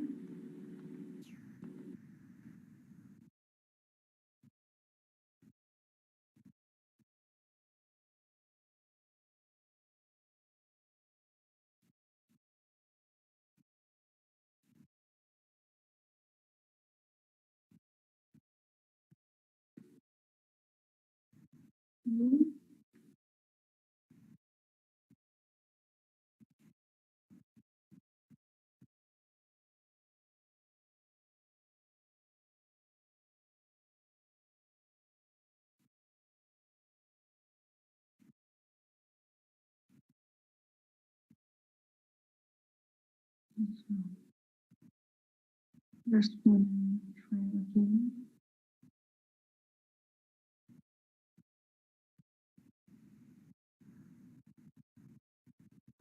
Okay. I think the Wi-Fi system not good. It's okay. Now I'm going to introduce by myself for the education AI programming for the future beavers. This is one good artificial intelligence in technologies in our from Wisdom Cloud Education. Future Weaver is a powerful brand under Wisdom Cloud Education that focus on offering 17 with solutions for education on AI programming. It's dedicated to helping students and teenagers first achieve a deeply understanding of basics of achieve application and programming of AI technologies, and then create their own AI programs. Okay, this is content about what the introduction of Future Weaver. Okay. Briefly introduction of Future Weaver is with view to development of society and nurturing of talents in AI era. Weaver is a platform for teaching and studying AI programming that draws on the operation of international internet education is rich educational resources and tasks take into consideration the reasoning skills of teenagers and their major interests when learning things based on the combination of visual and combination environment of programming and the intelligent hardware. Okay, for the concept of Future River, this is our vision and our mission, the receipt of success. Actually, the Future River is we have successful cases in Philippines and also in Uzbekistan, and those countries we all give them the free account to let them to join our platform, to let them to try to help teenagers and students easy understanding of AI programming and AI technologies. And following the principle of foreigner-friendliness scientific system nannies and university, and with the basic concepts, foundation curriculum systems covers the beginning countries on programming and the beginners, intermediate and advanced courses on AI. I'm going to showing the next page. Okay. With the latest AI hardware application that exerts the widest influence on the society and the environment for practice, Future River is committed to helping students complete the entry journey of learning from perception, cognition, practice through the innovation.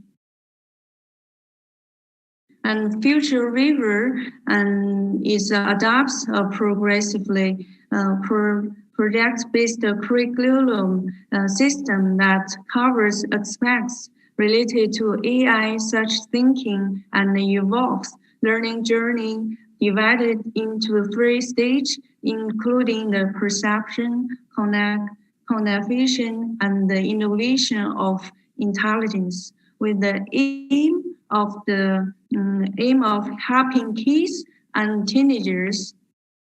Okay, next page.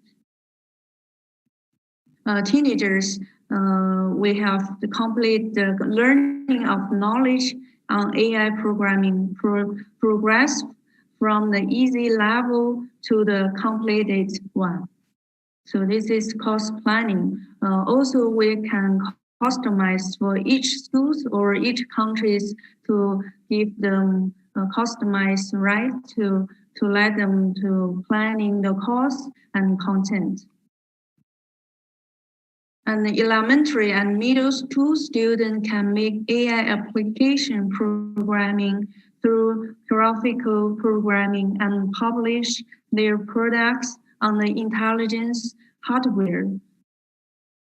Those realizing humanized intelligence that capable and of hearing, speaking, reading, observing, writing, and thinking.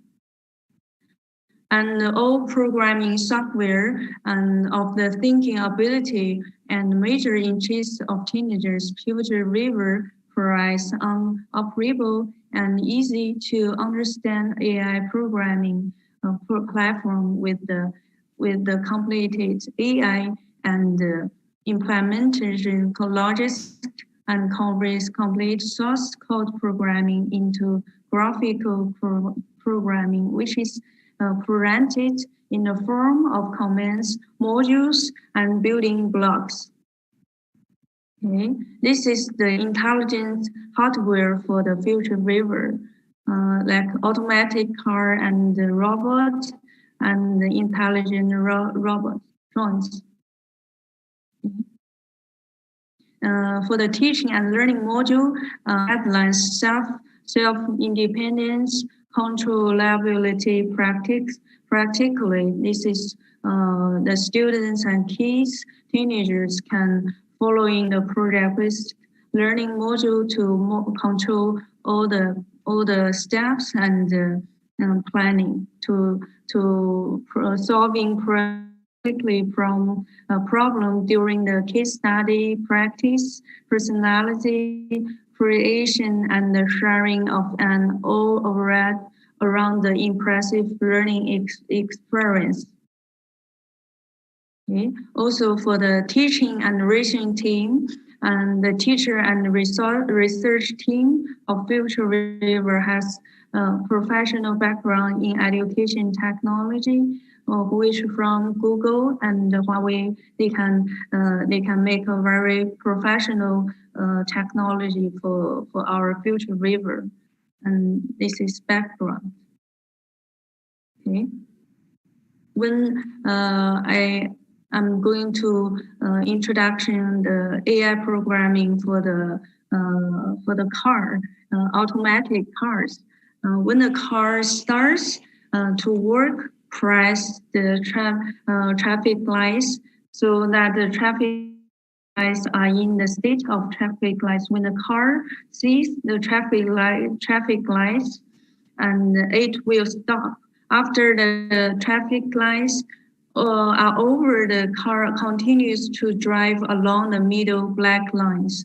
And actually, I want to play a video, but I think the Wi-Fi system cannot play video, so I just using this PDF. I'm sorry for that. Okay, when the car see the stop sign remove the person who control that. They remove or black the stop sign. The car will continue to drive. When the car reach the intersection, the car will turn right automatically and drive along in the parking road.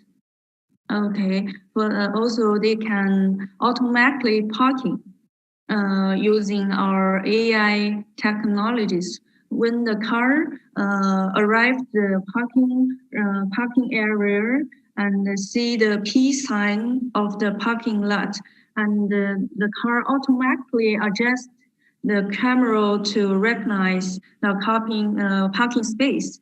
If the parking space is occupied, the car will continue to search for the parking space. If the parking space is empty, the car will adjust the body and start automatically parking into the big black line in dedicated, and then stop. This is really interesting, right? Okay. Next is maybe I can sharing later to the chat box to let you guys to learn the future rivers. Okay, now I'm going back. This is the corporate owners for our future river. Okay, so now I'm going back to my PPT. For next part of the Weidong, what we can help South Asia countries partnership. Uh, Actually, it's really good services for that. Because I have 8 year experience for the international market. My clients and partnership all also have really difficult reasons for the financial support. So for this support, Weidong is offering very special to South Asia countries and Africa countries. For this special offer, we have three different parts. One part is Weidong Cloud Education Group. Another part is Part B cooperation countries, like institutions and company, and another part is cooperation institution. So for this special offer, what we have several advantages. For example, is competitive rate, only 2% and 3% loans for 15 years. And two is go up to 15%. And cooperative banks, China policy banks and global commercial banks. And insurance is China Senators and timelines delivery quality digital education solution in time, shorten the time of GTM and quality assurance. And that means if our partnership or cooperation partners who have the questions or budget problem, we can using this solution to help them, and easy to get the good solution to help schools kids to let them to learn the good resources, education resources as soon as possible, and no need to pay very shortly. They can pay into 15 years as per years. Okay, for the coronavirus time, what we don't help the students and South Asia countries. I'm going to very shortly introduction. Since the outbreak coronavirus, Weidong Cloud Education has provided remote class distance learning solutions for nearly 10,000 educational schools in China, with more than 10 million users. And teachers and students are using We Learning Management System to realize remote teaching and learning.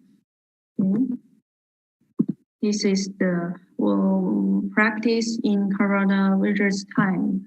And another very relevant action through cooperation with UNESCO is the Weidong Smart Classroom, which is integrated with digital devices and an online learning platform that has successfully implemented in University of Pakistan, Uzbekistan, Egypt, and also another Asian and African countries, and helped teacher and students facilitate learning during periods of school closure.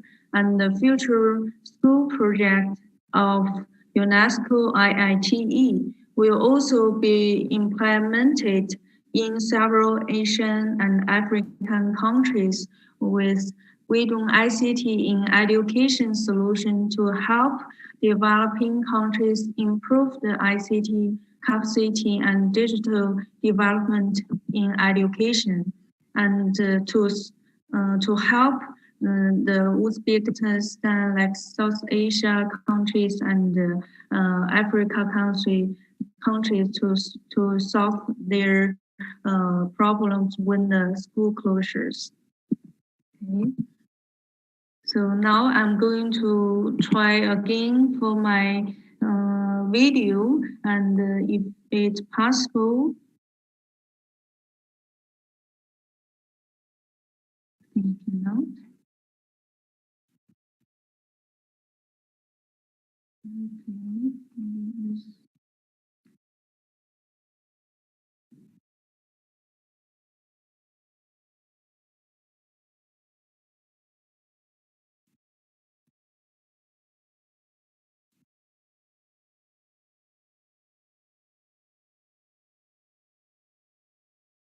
Loading.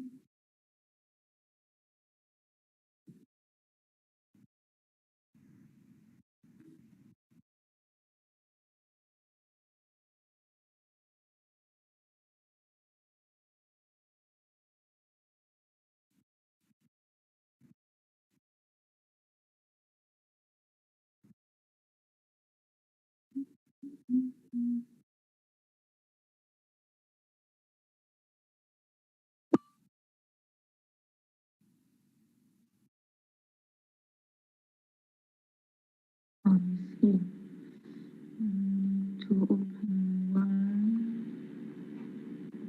new sentence.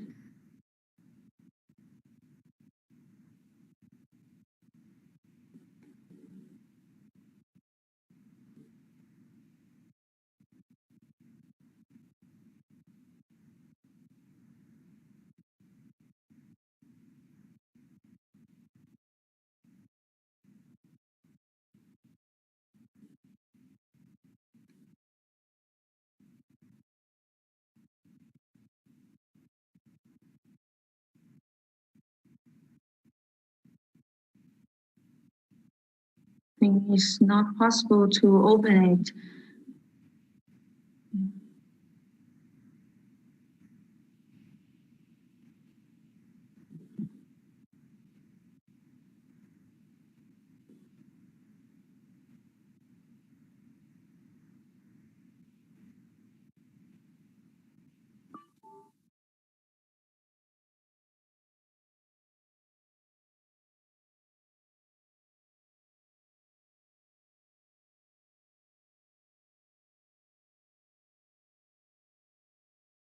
Okay, please. Excuse me, can you see the loading loading page?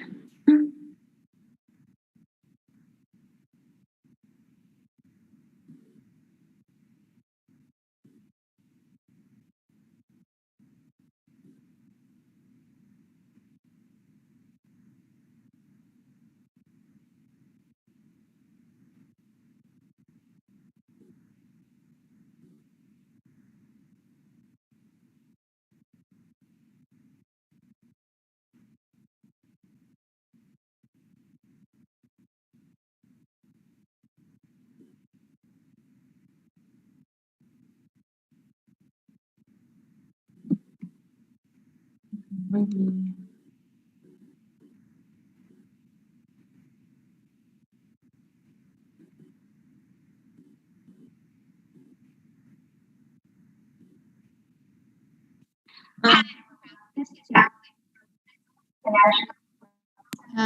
Miss Janice, maybe you could share the URL video.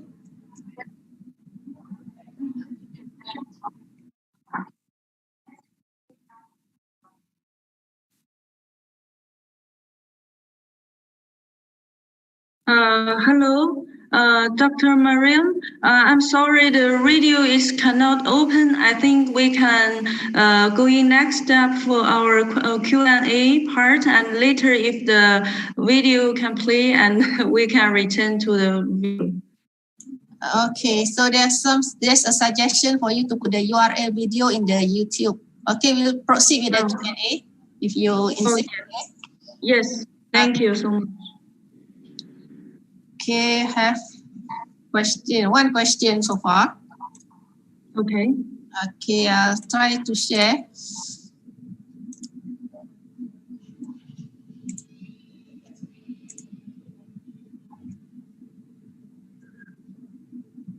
Okay. Okay, can you see the question? Yes. Okay. Question is from Nuri Martini. Okay.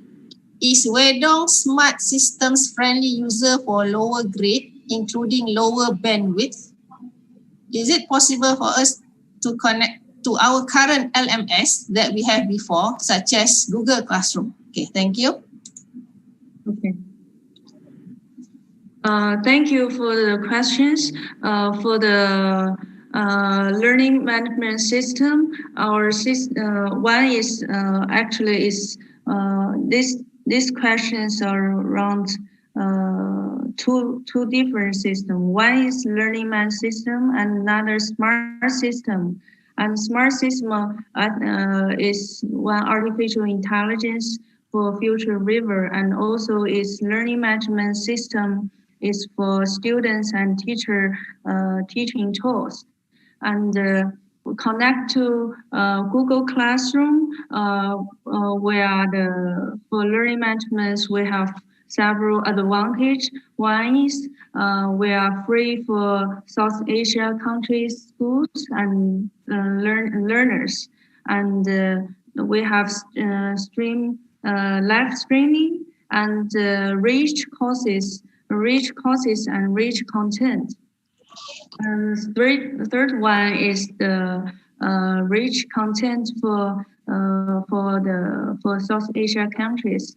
And fifth one is this is customized learning management system. Anyone can give us the request for the learning management system. And another good advantage is now is free for all of interesting persons, and also anyone can upload the contents and the courses to the learning management system to let all the persons who interesting to the courses, let them to see and to learn.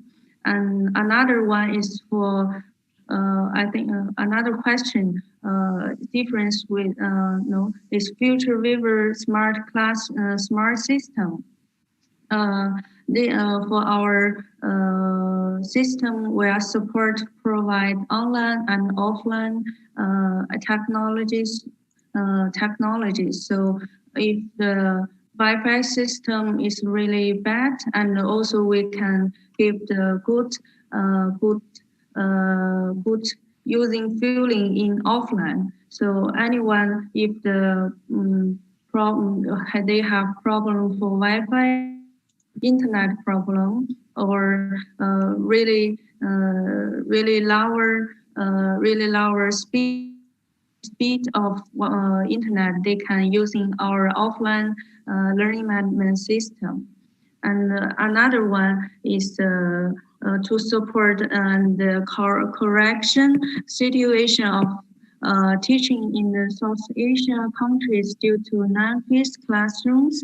Wedong is willing to provide the content part and the free use of learning platform to South Asia schools and from elementary to the tertiaries, including the K-12, higher education, vocational students and schools, and no time limited. So anyone can join now. So this is my answer. Okay, thank you, Ms. Janice. Do you want to accept the next question? Okay. Okay.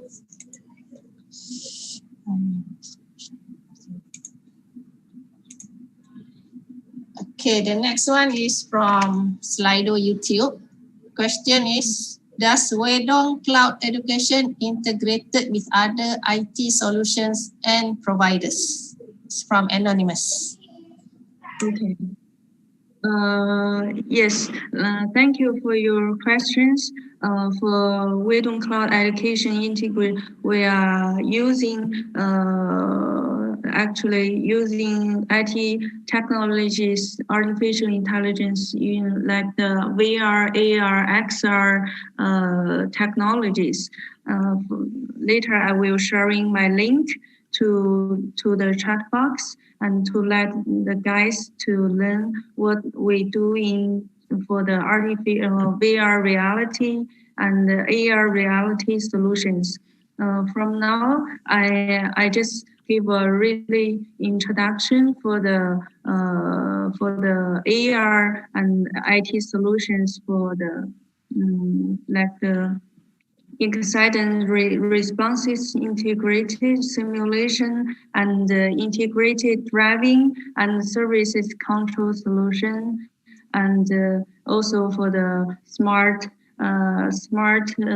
public driving for using the IT solutions, and AI programming and the video of future river is using the artificial intelligence solutions, and they can help the lowest resources countries to let them to learn what the latest IT solutions in the world now, and they can give us the good solution and give me feedback, and we can give them to let them to learn what we can give the good solution to the schools. For the XR and VR reality solution in Weidong, and we extended reality platforms ideally suited for wide variety educational applications like XR, VR application controlled the repeated scenario, rehearing muscle memory and situational awareness. And also VR, XR, AR application make it possible to explore places otherwise inaccessible. And VR, AR application have the potential to provide access to resources that may be prohibitively expensive or otherwise inaccessible. And also we can give the good innovative ways to visualize and manipulate data, and panic about AR, VR, XR in IT solution. We have several misunderstanding about that, like expensive, including both one-time investment of hardware devices and the continued investment on the content. And second one about content shortage. Out of the box content is not enough, but customized content involves more import and budget and time. And the third one is lack of interactivities, and the virtual reality is rigid and lacks flexibility. It devalues the importance of human connections and synergy in education. And also for the justification and not expertise anymore. The price are dropping dramatically along with the technical maturity, and including hardware devices and content creation. And the creation of contents is much easier than before. Is encouraged from a healthy community to create XR content by the educational professional. And VR is not replacing everything about the current teaching learning model, but doing a complementary role for various areas with noticeable features and performance. Virtual reality is reaching a more mature state. was the virtual reality was in, I think it state of shape of in 2017, and it has disappearance in 2018. It's not longer an emerging technology anymore. The VR becomes mature and get employed to solve real problems. And the state about various technology is ready and widely applied in various industries. And the concepts of the of AR, VR, MR, yes, and also VR.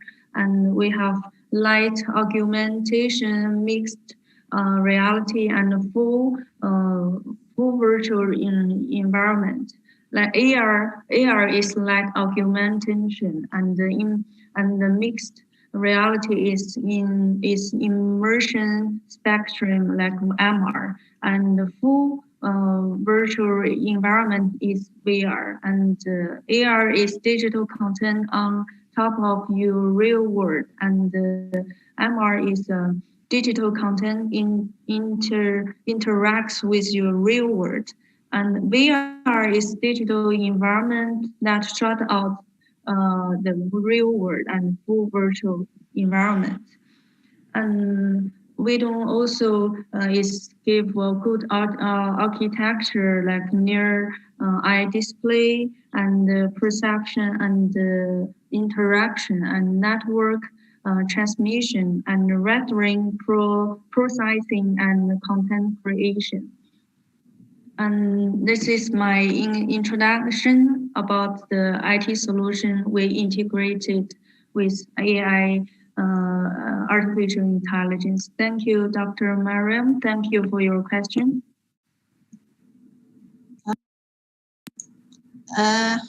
Okay, are you for another 2 questions? Yes, if the time is good for me. There is still time, unless you want to continue your presentation. Okay. Okay, for questions, okay? Okay, no problem. Okay.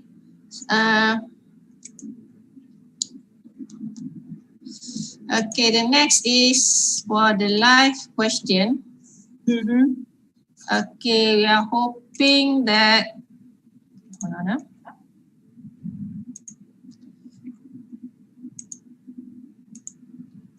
Is Mr. Teguh Firmansyah Apriliana is around, so he could ask the live question. Good, no problem. Okay, so Mr. Teguh, are you here? Just now you raised your hand.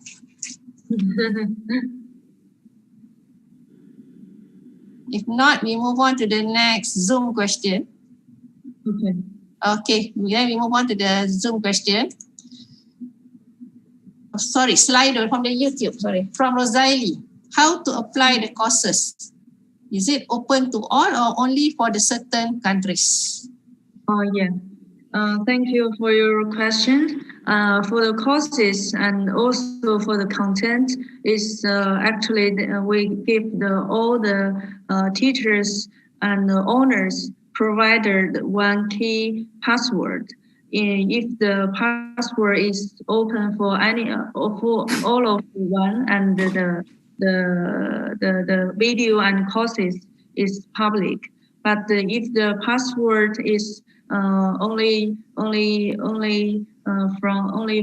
control from the provider and teachers, so they cannot public to the world. So it depends on the provider, and also, but for we don't cloud education, we give several like 100,000 like that around this number.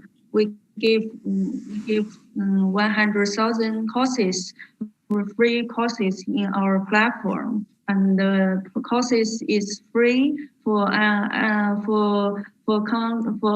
all of the world. So anyone everybody can learn the courses. No need to play, but who are interested about the platform, you can send me the email to me, and I give you one account to let you try it. But if no account, they cannot access.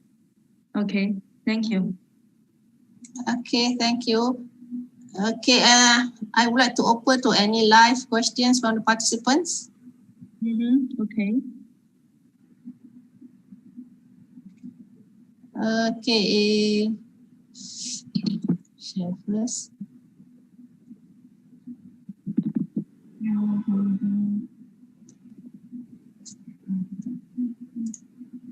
Okay, anybody would like to ask? Okay, we have just now a list, Mr. Teguh. We have Mr. Abdul Manaf. Would you like to ask live?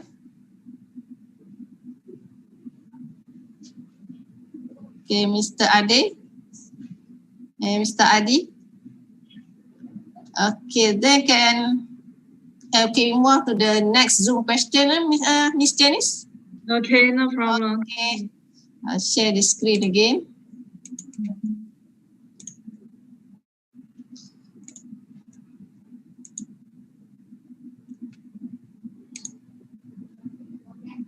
Okay, okay, from Justin Maulina. Good afternoon, Miss Janice. Is that possible to access the course in different language? I mean, some students may be difficult to access it in English.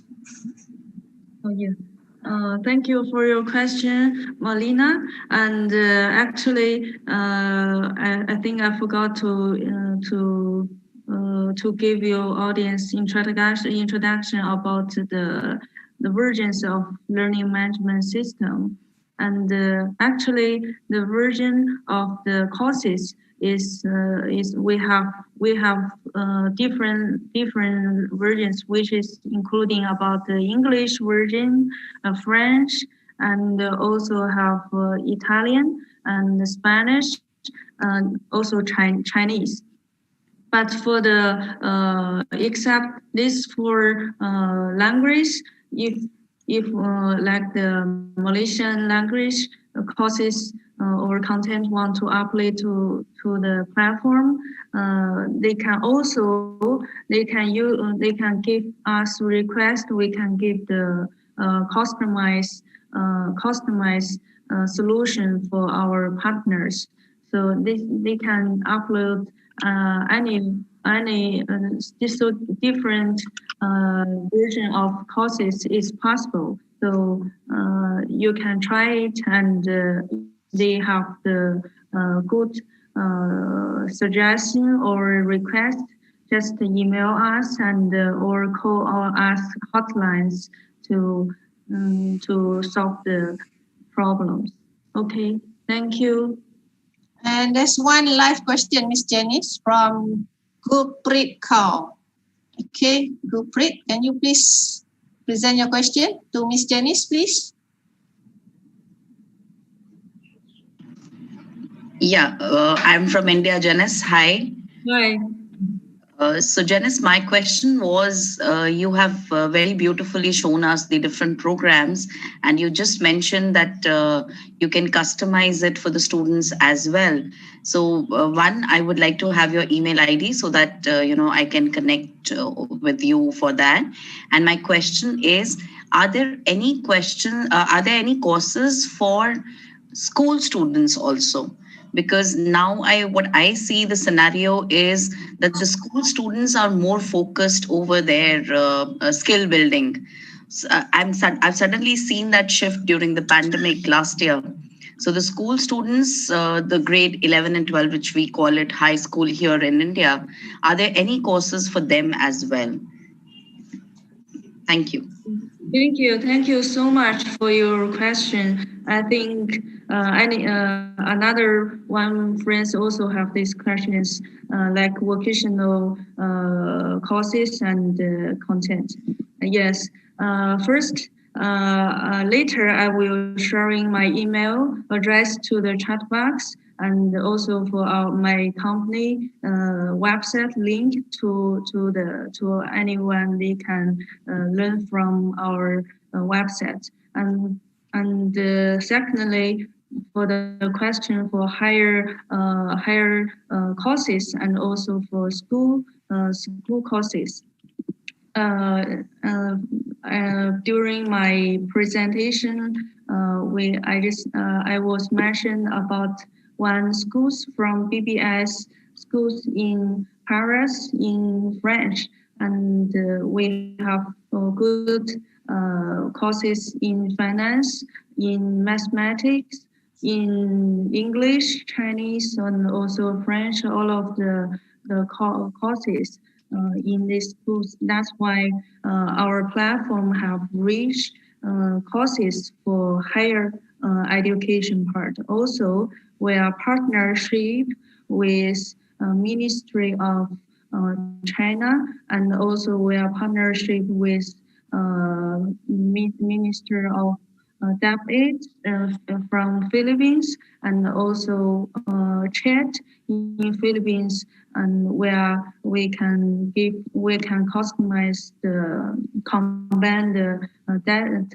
DAP8 chat and test courses to combine to our courses together to help the local students who are interested in own courses. We can upload to our platform. For example, Malaysian countries who want to combine our courses to Malaysian curriculum.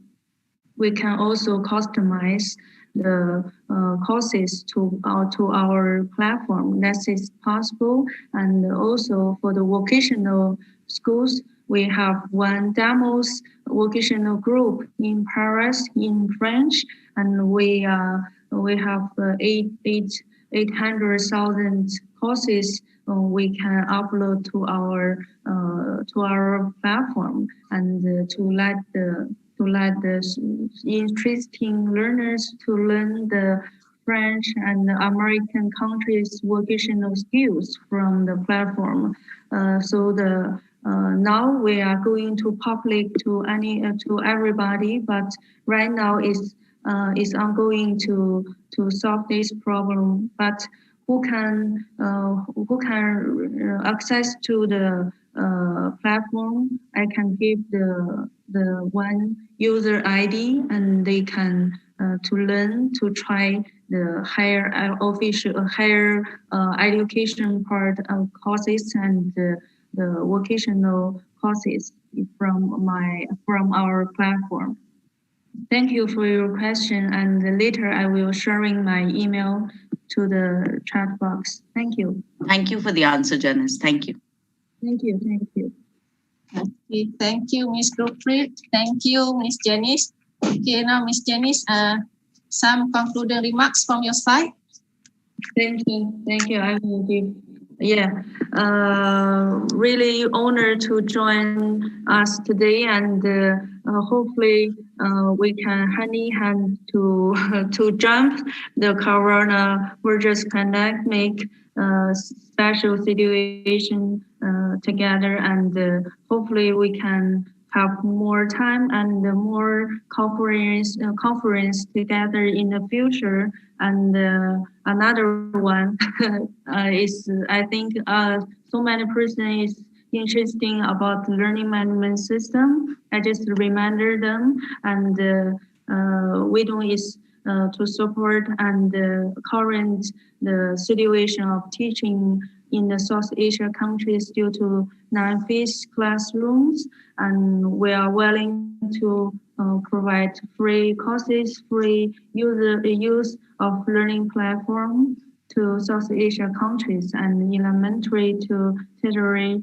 including K-12 schools, higher education, and test vocational schools for free. And the company also has the platform like the augmented and virtual reality started to higher education and vocational and technical trainings too. So thank you again for Dr. Mariam and my pretty MC here, and thank you so much for the organizer, and see you next time. And if you have question or more suggestion for video, please contact me and email me. Thank you so much. Thank you. Okay, thank you, Miss Janice. Okay, for the participants, if you have any other questions, please email directly to Miss Janice. She will give the email address in the chat box. Okay, again, on behalf of the organizer, we would like to express our gratitude to Miss Janice for the stimulating presentation. Okay, it seems that AI is going to be one of the norms in this new norm era. Okay, when we relate maths education, okay, we hope that the students will be motivated with learning using AI and can apply it in the real world situation. Okay, and hope will increase the interest of students in mathematics. Okay, with this, okay, thank you again. And I'll pass to Miss Lely. Yes, thank you very much. Very amazing presentations and discussions. Please give a round of applause to Miss Janice and Dr. Osman. Once again, thank you very much to Miss Janice for answering a lot of questions. And it is our honor also to have you in this webinar. And Dr. Osman for leading the discussion professionally. Hope to work and collaborate with you all in the future program of CKIM. Ladies and gentlemen, before we move to the last keynote address, I would like to say thank you for those who already joined the giveaway on CKIM's Instagram by capturing their best moment during today's webinar. We do appreciate it. And for those who haven't joined the giveaway, please do until the end of this webinar. And the committee has shared the attendance link on Zoom chat box and YouTube descriptions.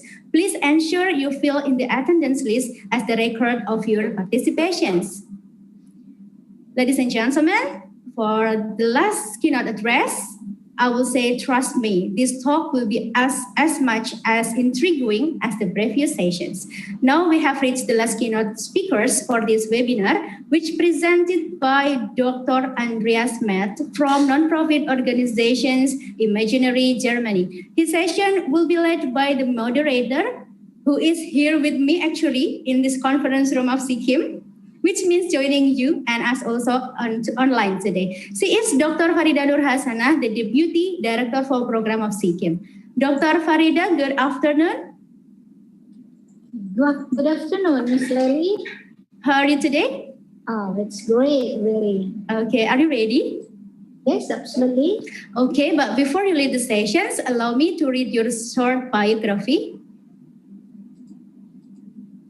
Dr. Farida Nur Hasanah has been a lecturer and researcher in the Department of Mathematics Education, Faculty of Teacher Training and Education, 11 Maret University, Indonesia. Since June 2020, she was appointed as Deputy Director for Program of CKIM. She is the founder of KidsScientistCorner.com, a website that provides resources for learning mathematics and science for parents, teachers, and students in Indonesia. Currently, she is researching TPD programs, STEM and STEAM, hybrid teaching and learning, continuing classroom action research, as well as games for teaching mathematics. Dr. Farida Nur Hasanah, I hand over this platform to you. Okay, thank you so much. You're welcome. Nice introductions.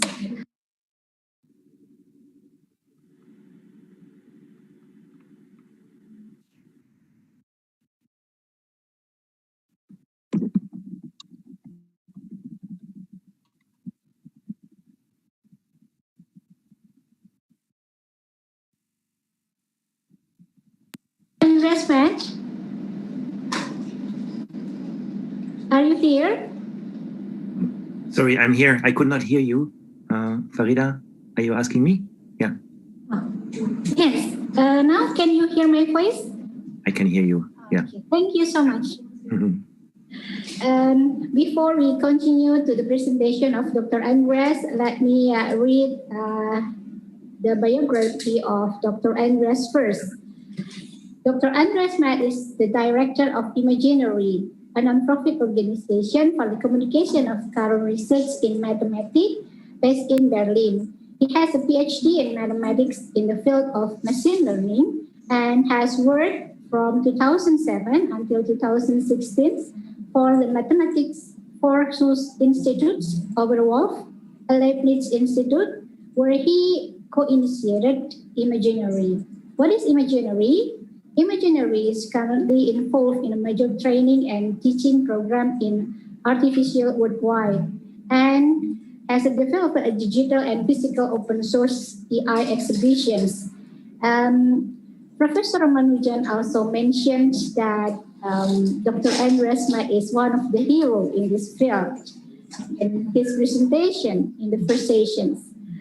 And in 2013, he received the Media Award of the German Society of Mathematics for his achievement in communicating mathematics. So without further ado, please welcome Dr. Andreas Matt. Time is yours. Thank you, Dr. Farida. I'm very happy to be here. Good morning. It's very early here on this side of the planet, and I'm happy to see so many people. I also maybe have to start with an excuse that I could not listen to the previous two keynote talks, which I will catch up later. I've briefly glimpsed into it. It's super interesting. So please forgive me if I repeat something that has already been mentioned. I'm going to share my screen, and yeah, can you see my screen? Yes, absolutely. Okay, perfect. So as a short visual introduction of myself, I found this picture from the year 2002, quite some time ago. I was still doing my PhD work in mathematics, which was kind of new at that time to work in AI. So this was in reinforcement learning, machine learning, stochastic processes. And so here, this was in my office. At that time, I was playing with some robot dogs, which were not really AI, more like toys. And on the right side, it was interesting because at that time, I did my first mathematics exhibition. This was while I was still studying, and this was completely new for me, doing exhibitions, like entering the field of non-formal learning in a way. And it's interesting that after some adventures in research, I'm now doing this professionally, full-time. I'm doing mathematics non-formal education, especially in the field of exhibitions and museums.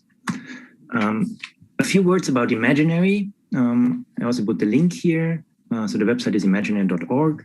It's a non-profit that started at a research institute for the German Year of Mathematics in 2008.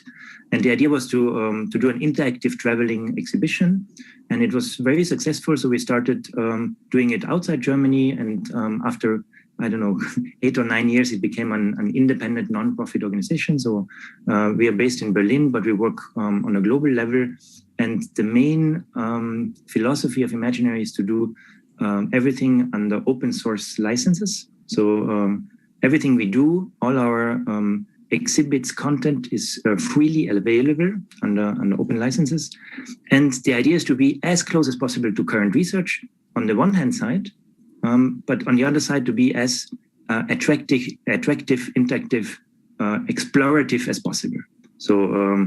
So I think that's the core of Imaginary. Here you can see some images.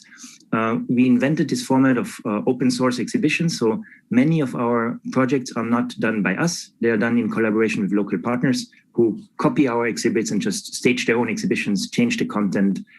So it's a very dynamic way of collaborating, of communicating.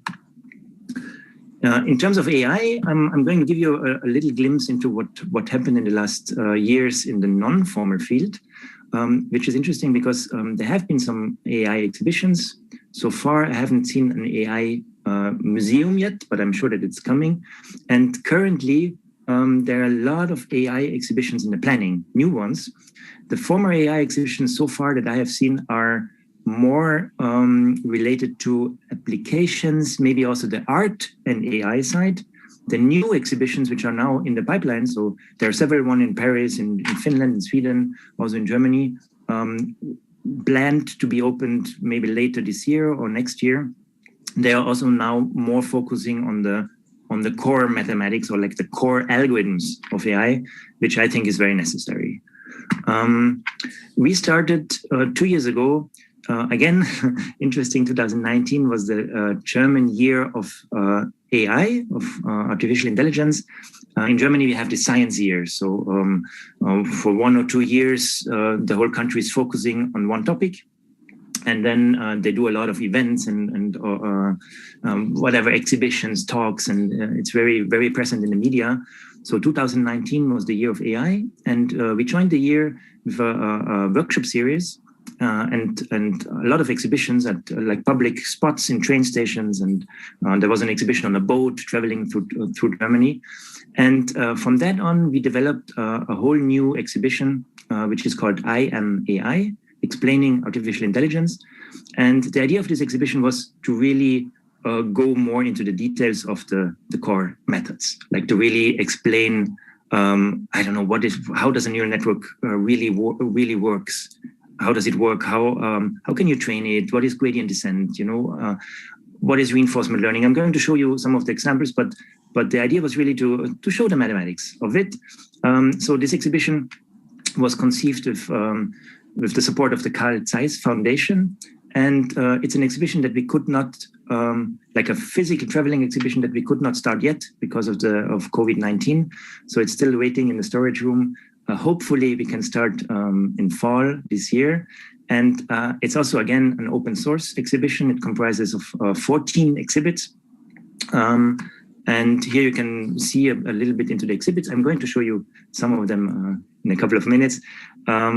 And many of the exhibits use touch screens, but they also use video cameras, microphones, different input devices, and they invite you to explore AI in a more self-discovery way.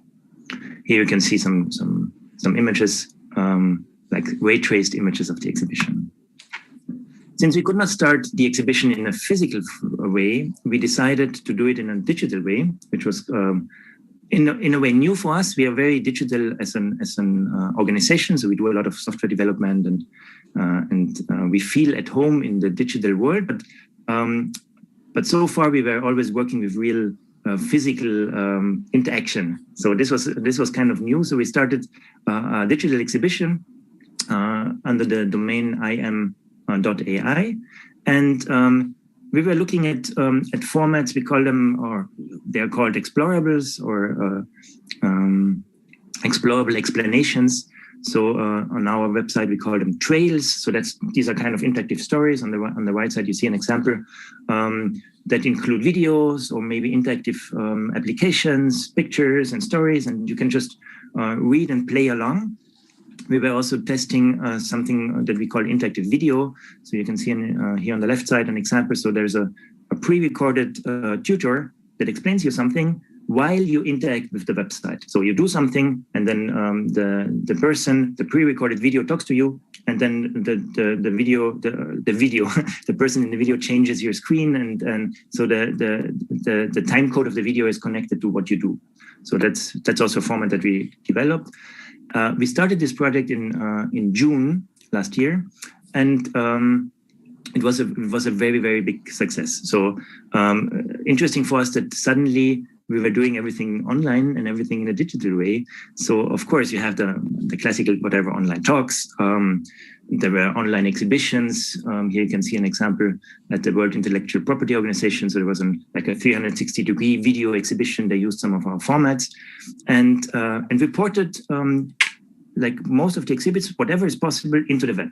So of course, if you look at AI, some of the exhibits are very difficult to run in the web browser because you need very strong computers, very good graphic cards. So that's not impossible. That's not easily possible. But we managed to port many of them on in the web format, and started developing a kind of a workshop format around. And I'm very happy that we could start a long collaboration with the Goethe Institutes. That's like the German language institutes worldwide. And we conducted so far more than 50 or 60 4-day-long training programs on AI for school students. So that's interesting. It's school students age 11, 12, up to 17, 18, mainly 14 and upwards. And these 4-day-long online courses were part a German language course, which is interesting, but then, of course, going into the mathematical details of some of the core AI algorithms. So we learned a lot how to do these online courses. We developed our material, and we also added a whole series of teacher trainings. So I think we did about 16 or 17 teacher trainings for STEM teachers. And so that's also interesting that we not only used the material ourselves, but we also went one step above and tried to prepare all the material in a way that others can also reuse it. Before I go into the details of the reusability of our content, let us just jump a little bit into the content, and I'm going to show you how we do these workshops. I will show you some of our interactive apps, and I will also introduce some AI right now. So for the ones who are AI experts, look at it from the didactical level, and for all the others, enjoy AI.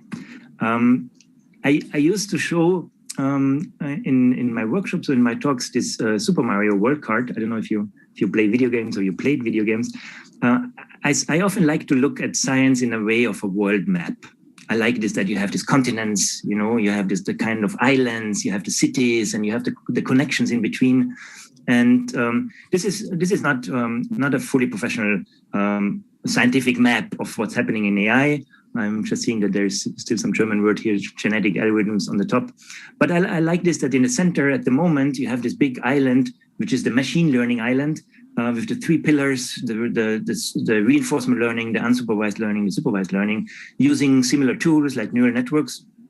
And then around that, you have, like in the north here, you have this frozen island country with maybe some older AI systems, like what you previously called AI. Now, maybe you would not call it AI anymore because it's different mathematics algorithms like expert systems and then on the other side, you have these application islands where you do natural language processing or computer vision.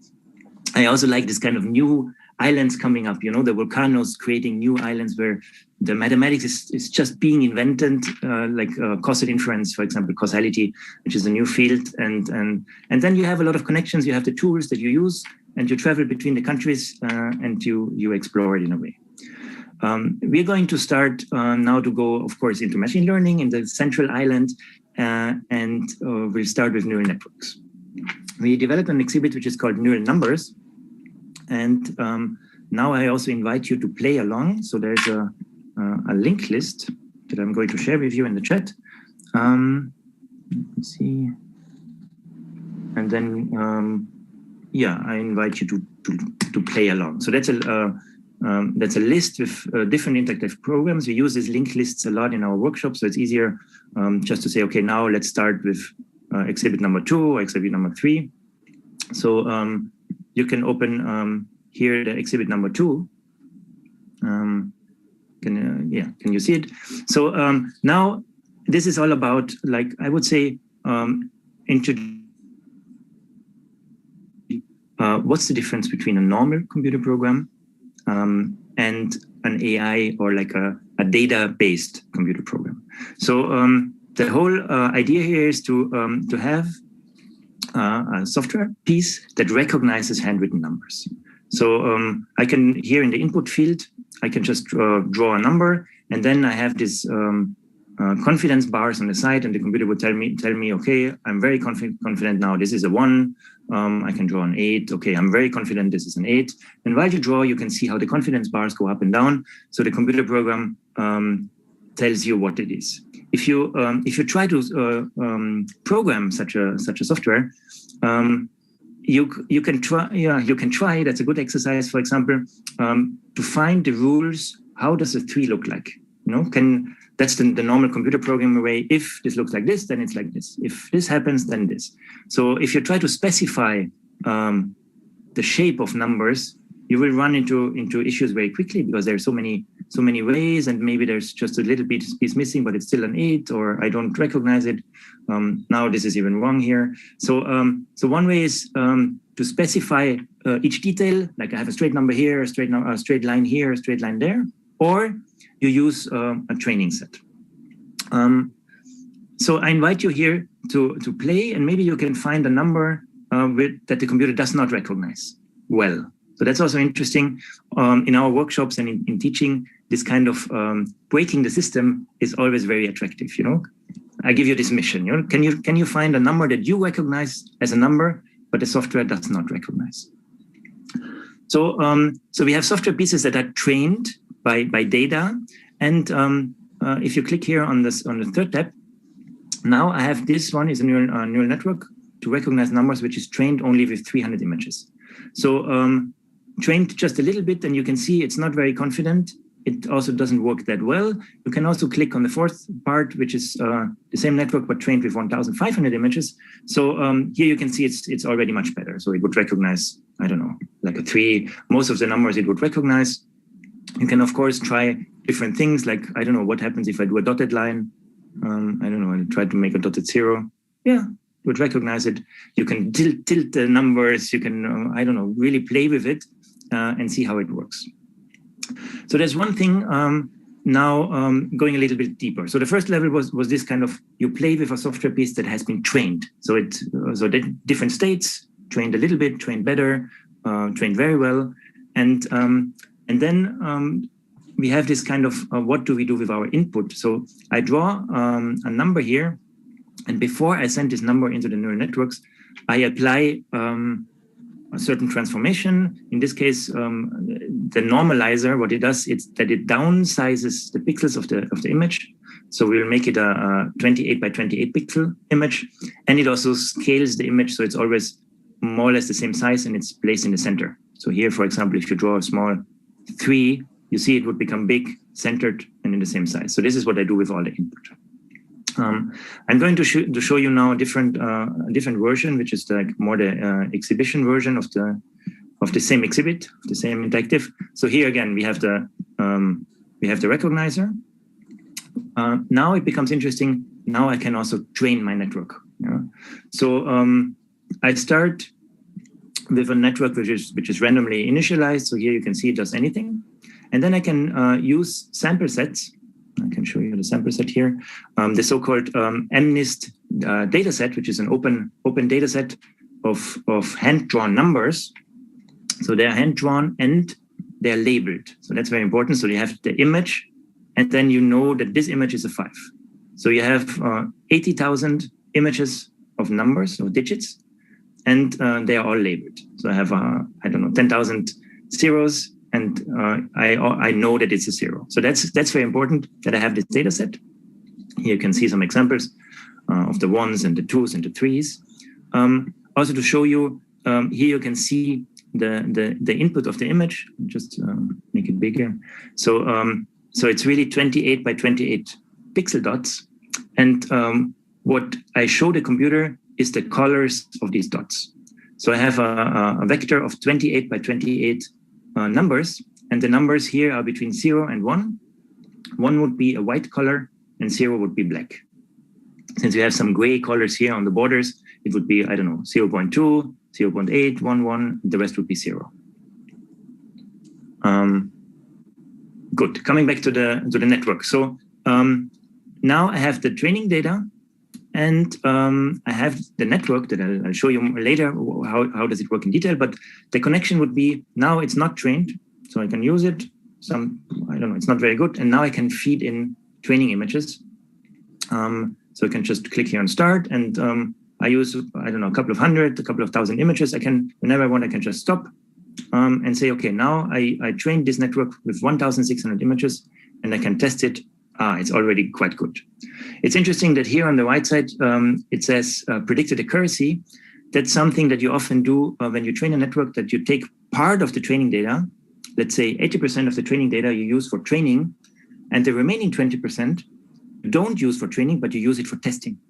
So I used 1,600 images from the training data part, and then I tested if it works fine, and it's fine for 86% on the training data. So in this sense, you can also kind of look how well the network improves If it gets better here, now I'm 90%.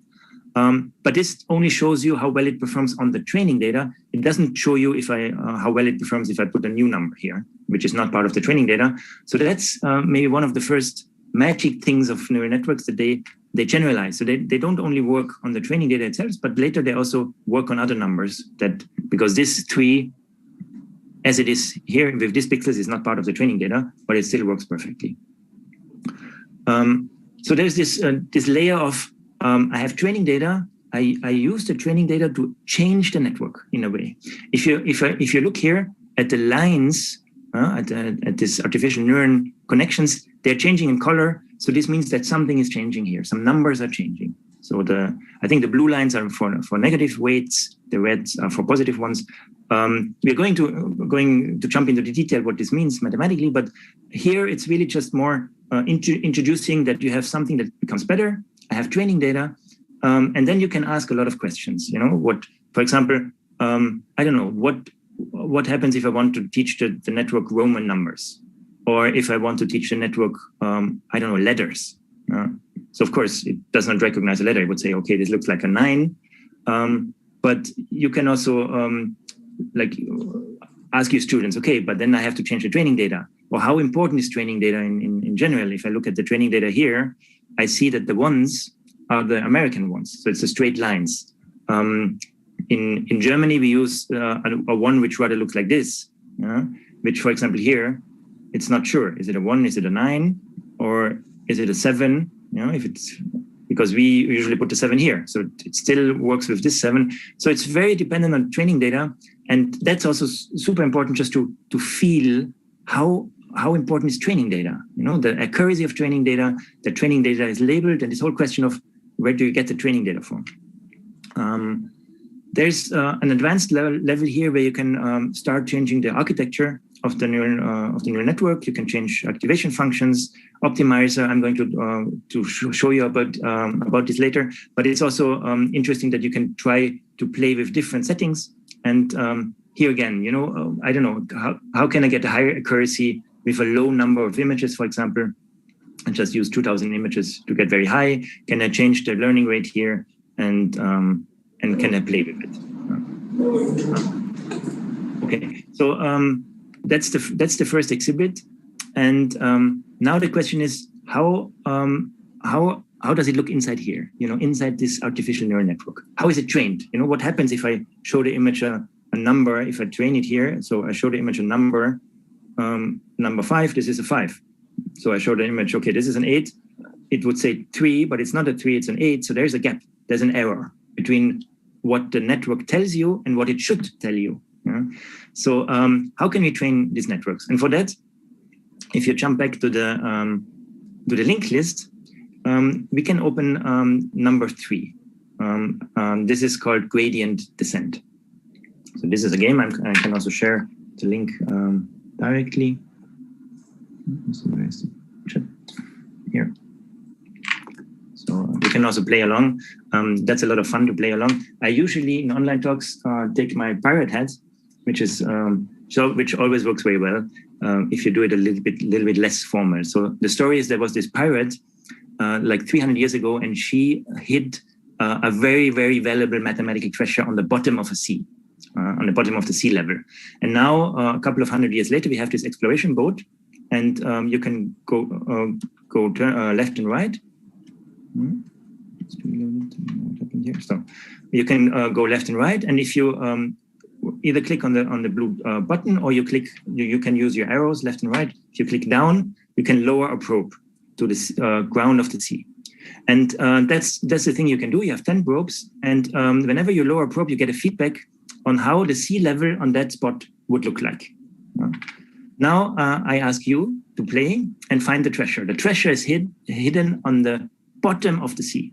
So you have to find the deepest spot just with 10 probes. If you find a treasure, you can put it in the chat, the treasure that you found. It will give you a name. So there's mathematical treasures put in here. I'll leave you for a couple of seconds. Let's see if you find some treasures. The sea level, whenever you play the game, is generated randomly. There's a certain way how we generate them. Yes, the first treasure was found here. Nita de Lima, you can also put the treasure that you found. We put some nice mathematical treasures in here. And just put them in the chat. So I will also try to find one. I have 2 probes left. I don't know if it's here. No. Okay, my last probe. No, I didn't find it. Game over, I can play again. So I hope that you find some treasures. Just put them in the chat, whatever you find. The idea is, of course, to find the treasure, but if you play very often, that it's more about how can you find the treasure.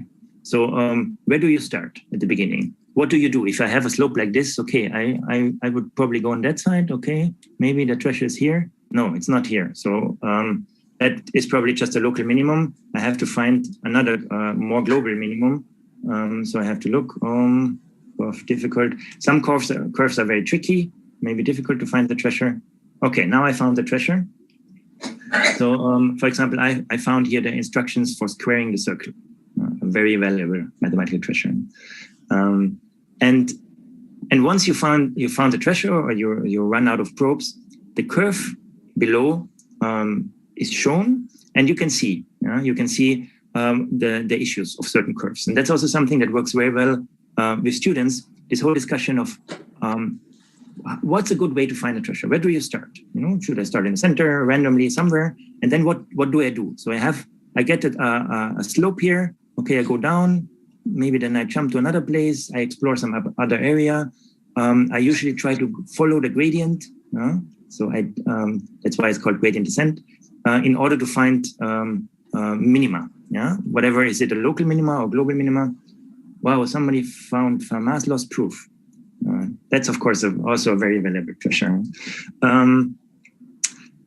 You can imagine that also works very well. Like if I ask you, what would be difficult seafloors, for example, if you have a very flat seafloor and it doesn't give you any clue about where the treasure is hidden, that's, for example, something very, very difficult to find the treasure. Like imagine you have a seafloor which is like this, and then the treasure is hidden here. Very difficult to find. Or imagine you have a seafloor which is like this, super bumpy, with a lot of local minima. How do you want to find the treasure here? Let's see if I get back to the, yeah. Okay. Sorry. Okay. Just like this. Good. Any further treasures? The last digit of pi. That's also very good. All right. I just stop my sharing for a second. Get back.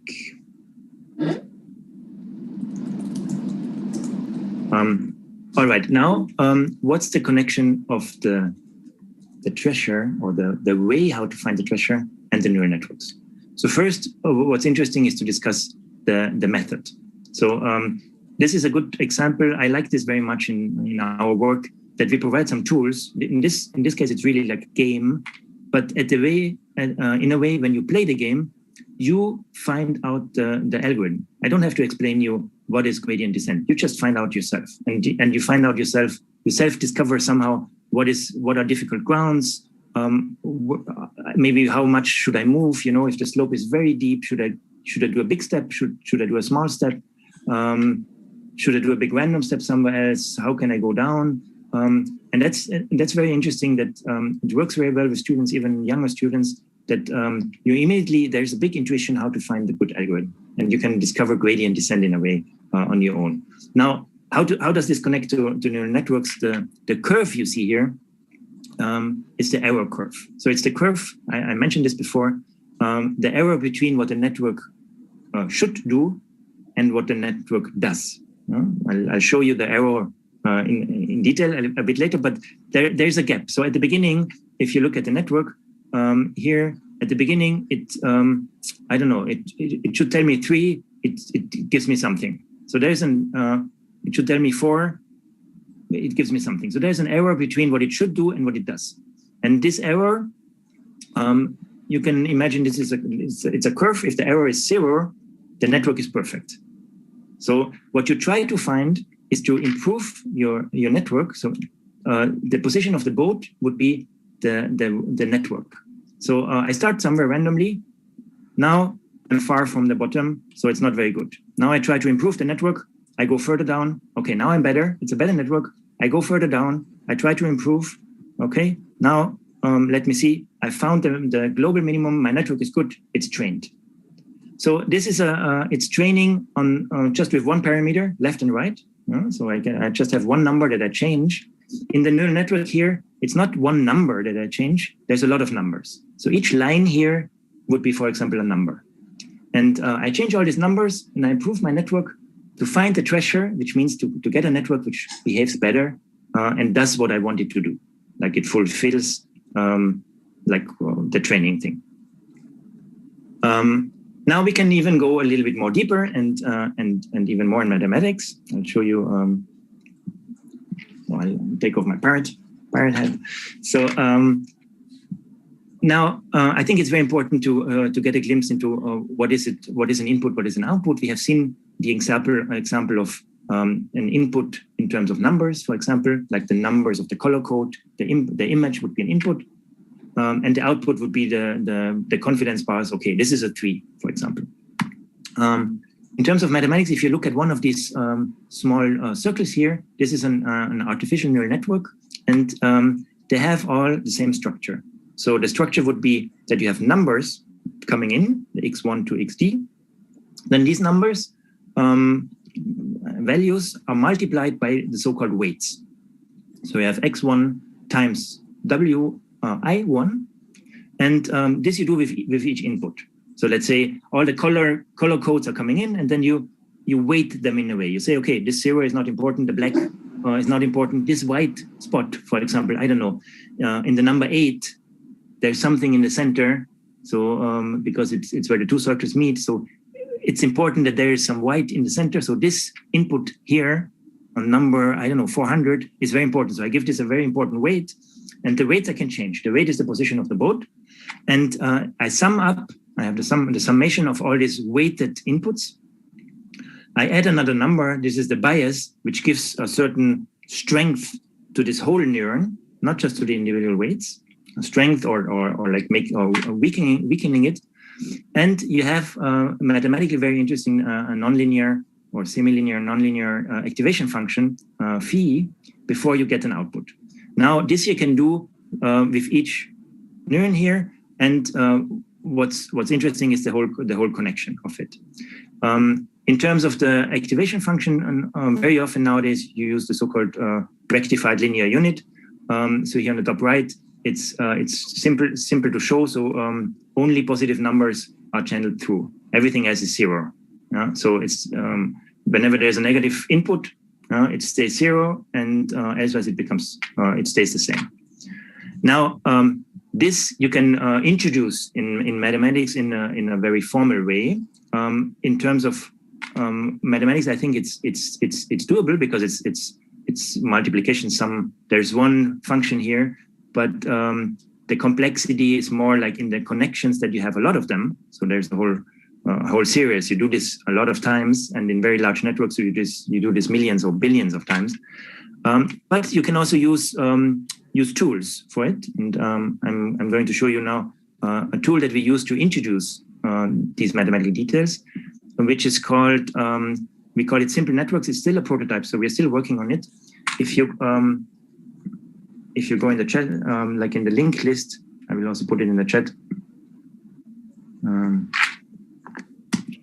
So the design is not yet ready, but we already like the way it works. So this is now an interactive explorer of neural networks. I start here with an example. I start in the center. So let's say I want a network to convert Celsius to Fahrenheit. So I have an input, which is just a Celsius value. I start here with 0. So I can put an input. The blue dot is the weight. So I have, I don't know, 9 times here 0.77. And then here I have a bias, which is just a number that I add or subtract, just a number. And then I get an output. So it's a very, very, very simple network, just one connection, one input, one output, one neuron here. And the activation function is the ReLU function. You can see it if I put a negative input, you see it's always 0. And only if I get positive, it becomes positive, here the blue line. Now comes the interesting part. So I have this architecture, simple network, and I have my training data. Again, training data. So I know 0 degrees Celsius should become 32 Fahrenheit. So if I put this on 0, I get 40, which is not 32, but okay, it's close. Then 10 degrees should become 50. Now I'm here on 65. So I'm also wrong. There's also a gap in here. Now, if you look at the error, you see 14.09. There is an error. So the current network, if you look at it from the training data point of view, it has an error of 14.09. So it's not very good. So now let's do gradient descent. Let's improve it. I'll take the weight. I'll put it a bit down. Let's see. I'll improve it. This is like the boat. I changed the position of the boat. I changed the network. Let me go here. You see the error is becoming smaller. Wow, cool. So now it's already good. For example, for 20 degrees, it tells me 63. It should tell 67. So it's kind of good. It's better. So I can still improve it a bit more. Oh, my error goes down. Great. I try to put it a bit more. My error goes up again. So that was not very good. So I can hand tune my network. I can hand train it. I can change the bias. I can change the weight.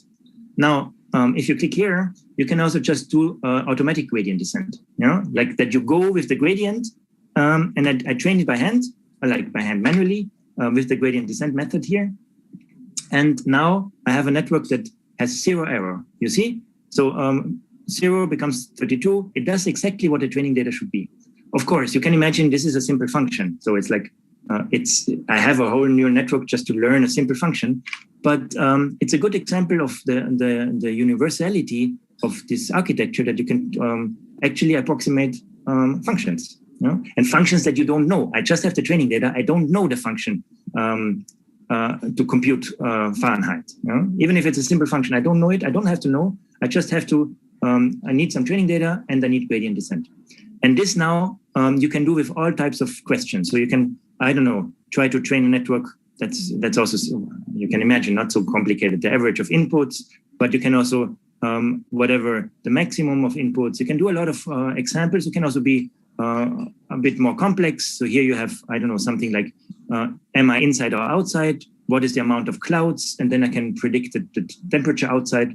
I have a training data and I can just, again, use gradient descent and see how the network becomes better. Here you can see that it takes some time. Yeah, maybe it would get stuck in a local minimum, but now here again, it's trained. Now I have a perfect network. And you can also do this for XOR functions. This is interesting that here sometimes you would get maybe stuck in a local minimum. So you have to do some exploration step in a point, change the weights a bit, and then you can see how good I get.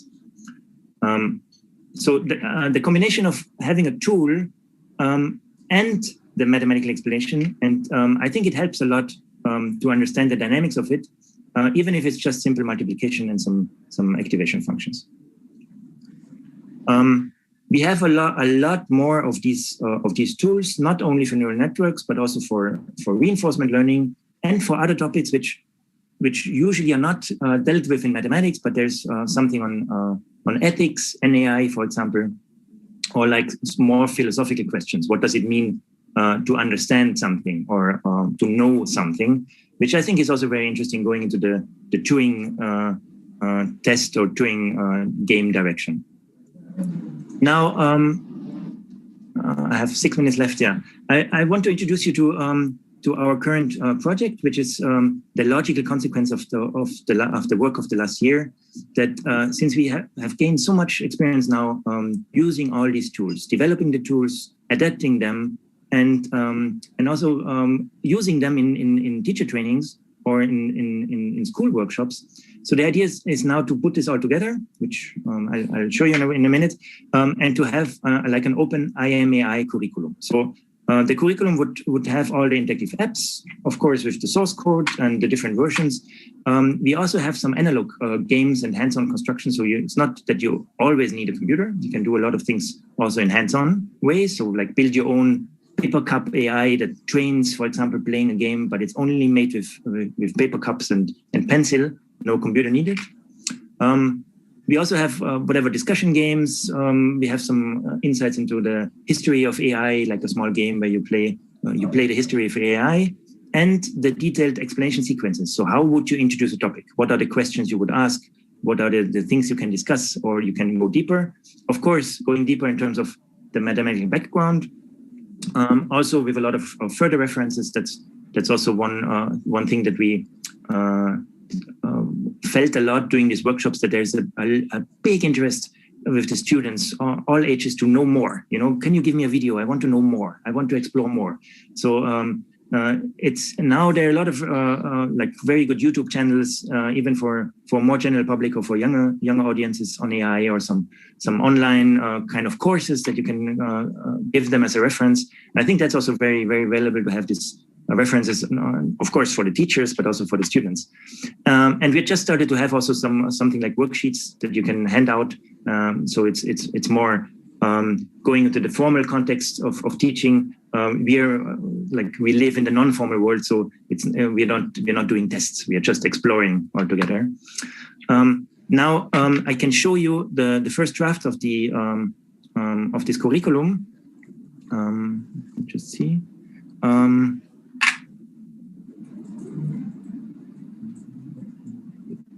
Yeah, I'll show it to you here. So I don't know if you can see my screen. Currently we are doing it in 3 languages: English, German, and Spanish. The English one is the most advanced. And the idea is that we here have a list of all the modules, and we are also adding whatever schedules for classes. We have videos and all the tools that we use in online workshops, mainly at the moment. I'm going to show you some examples. So for example, here you have the gradient descent game. You have the different versions of the app. There's also a version, for example, where you can play against the computer. I don't know, I can show you here. I play, for example, against here a computer who is doing gradient descent. So you can see how a computer would perform here, for example, getting stuck on a flat ground. So this is a version where it just does gradient descent. There's no jumping. And you have this whole story of the explanation sequence. You could start here with the pirate story, like how to play the game, what can the participants discover, and then you can go to the connection to error functions. We even here have a version of the game I can quickly show you, which is higher dimensional. So I think it's also interesting that you do this gradient descent not only in 2 dimensions, but you do in 1 dimension, but you can also do it in higher dimensions. It would still work. So here we plan the same game, but you do gradient descent now in 2 directions. So tuning 2 parameters at the same time, but the concept is the same. So in this sense, I don't have the curve. I have a surface, but I can still go to the deepest point, and I can still just look at the gradient in more dimensions and still go down, and it would work at the same time. Nowadays, you have these dimensions where you like the neural networks where you have billions of dimensions, but you still do gradient descent or version of gradient descent.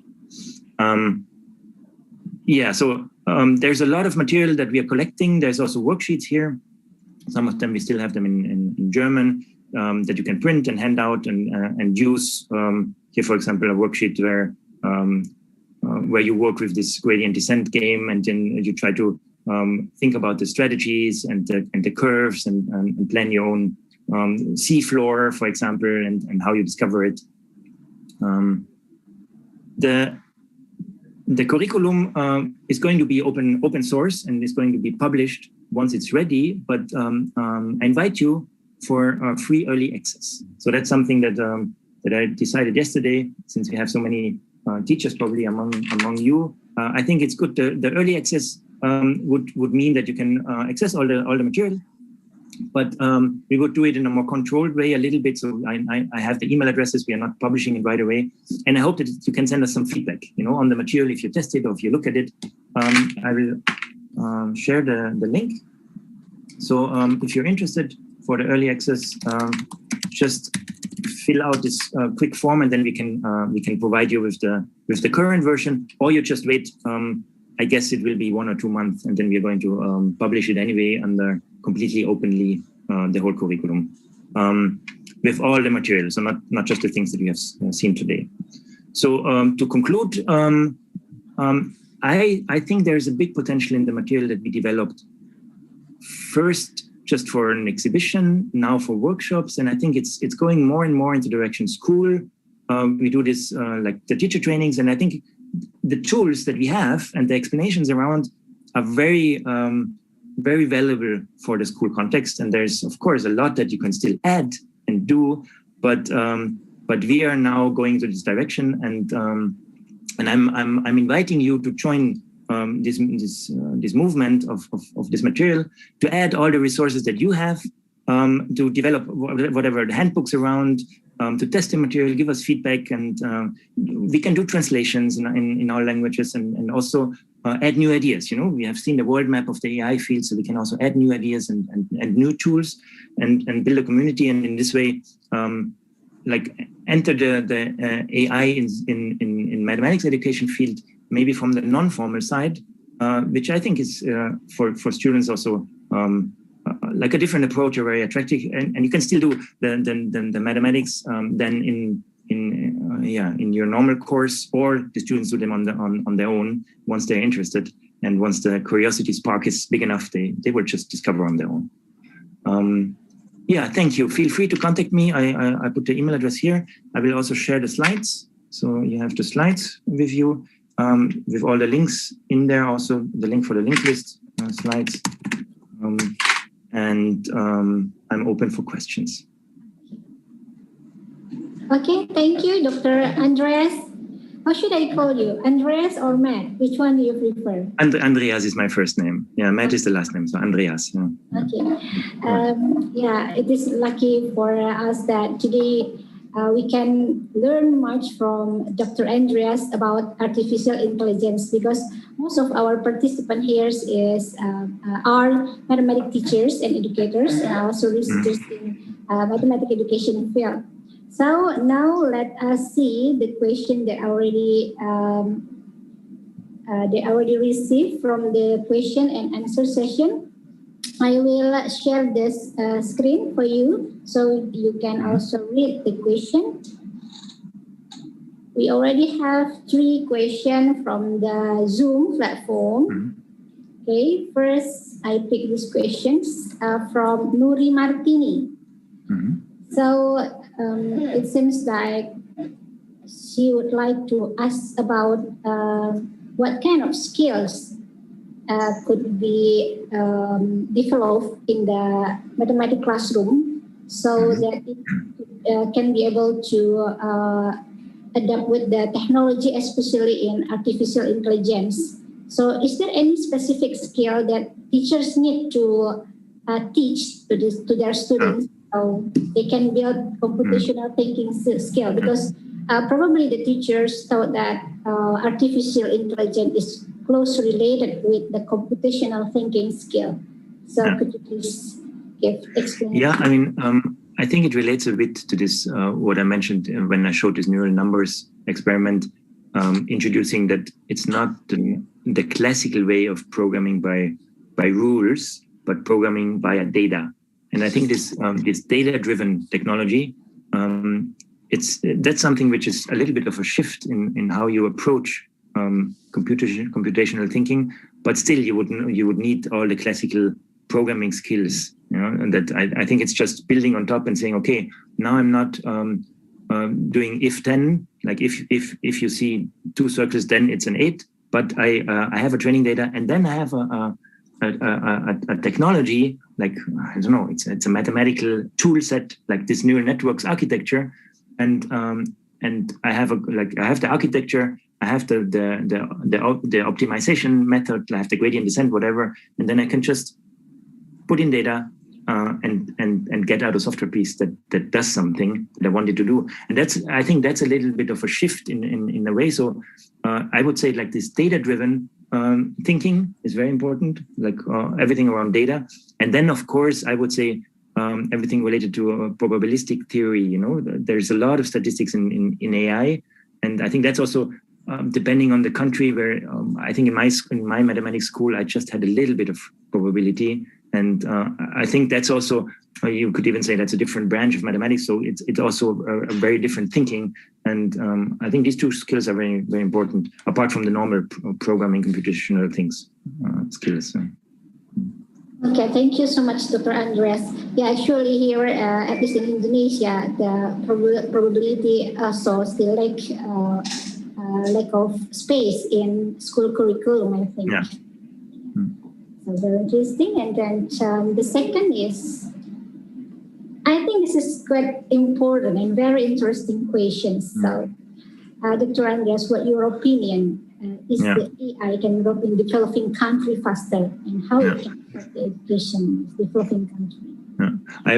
It's very interesting because I was thinking a lot about this this issue now, also a bit in this race for AI between the US and China, and Europe is trying to catch up as best as it can in terms of applications, research, and data. Here again, the word data is very important. We were giving together with the African Institutes of Mathematical Sciences last year. We gave a very big conference for AI on the African continent with a lot of input from local researchers, and the question of how can you build up an AI infrastructure on the African continent was very much related about, again, data and the supercomputers.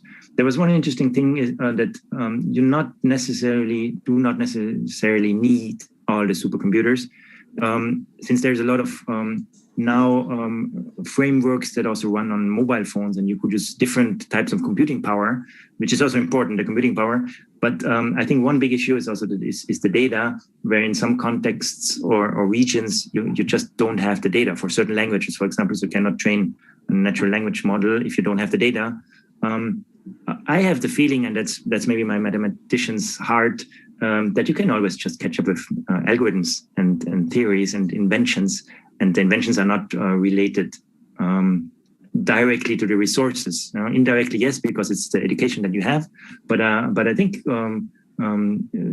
clever ideas are independent of data and computers, and we have to work in an international level anyway in science. So at one point you would connect to the international world, and you can use the supercomputer from South Africa in other countries or whatever. But I think you can catch up. I think the question of adding AI to school is a question that I haven't seen answered in any country yet. I don't know, but maybe I'm not doing enough research on that. But it's somehow there are projects, but I don't see it integrated totally. And but I see a lot of interest with the young people, and they would just do it on their own. If it's not given in school, maybe they just start programming on their own. Yeah, just like Tenmai from India, the one who worked for the IBM, the Watsons. So I think that he also learned by himself about the artificial intelligence. Yeah, because it is still difficult to find out the research from the formal curriculum in any nations. I agree with you with this one. Now, let's move to another question from the Slido. I will share here from the Slido. We have 3 questions. I think, but it's still related, 3 of them. The first is, do you have any training program for educators about AI? I think it's already answered that you already give training for 16 teachers. Yeah, we do training program for teachers, educators, but we also do training programs now for scientists. So that's also interesting. So we're adapting our tools also for higher levels. So we also do trainings for students, whatever postdoc students who are not trained in AI, like mathematicians, for example, on certain topics. And then, but we have already a training program which uses mainly our tools and adds certain levels of whatever didactic competences and more mathematical background. So we have that. We are also going to open that curriculum, which is intertwined somehow in this curriculum for schools. It's also the curriculum for the training program because it's related. So happy to do that. We are an independent organization without any funding. So just to mention that, so it's a non-profit, but we cannot offer the courses for free. We can offer the resources for free. So, but not our human time. We have to see to do this together with some partners, but the training program is there, and happy to further develop it, or happy that that somebody else takes over the trainings, and we just do a training of the trainees, and then you can do your own local trainings, for example. Yeah. Oh, that's very interesting. Hello, Dr. Andreas. We still have, hello? Yes. Yeah. Okay. We still have one more question here. From Rosalie, teachers are user of AI. We don't have the expertise in EAs. Yeah, he said like that. I don't know. Is there any templates for us to implement it? Yeah, I mean, it's a big question. What do you mean with implementing AI? So, do you want to program your own neural networks? Do you want to play with it? There are tools. There are, of course, frameworks you can use. There are some like some of the tools that we have. There are more tools. There's Google has, they have some AI experiments where you have a teachable machine. Maybe you have seen that earlier. So that's also nice. It's like a neural network that you can train on the spot with images. I think like the resources we have are somehow to get you introduced as a teacher. For me, what I'm very curious, and maybe that's also something in terms of feedback, the question to you, the audience. What's your favorite template? How does the best template look like? Often, like, is it AI or any other subject? How would you love to be introduced to AI? You know, is it like text? Is it images? Is it videos? Is it a combination? Is it worksheets? So what do the teachers need? So maybe that's a question that you could give as a feedback. You know, what's the perfect template for the template, you know, and then we can put all our content into that template and you are happy. So I'm not sure, like now we are following this approach with this kind of like explanation sequences and videos of workshops and whatever, but I don't know how, maybe you want to see more mathematics, maybe you want to do more programming, maybe it's also diverse, the answer, but that's maybe a good question for you also to.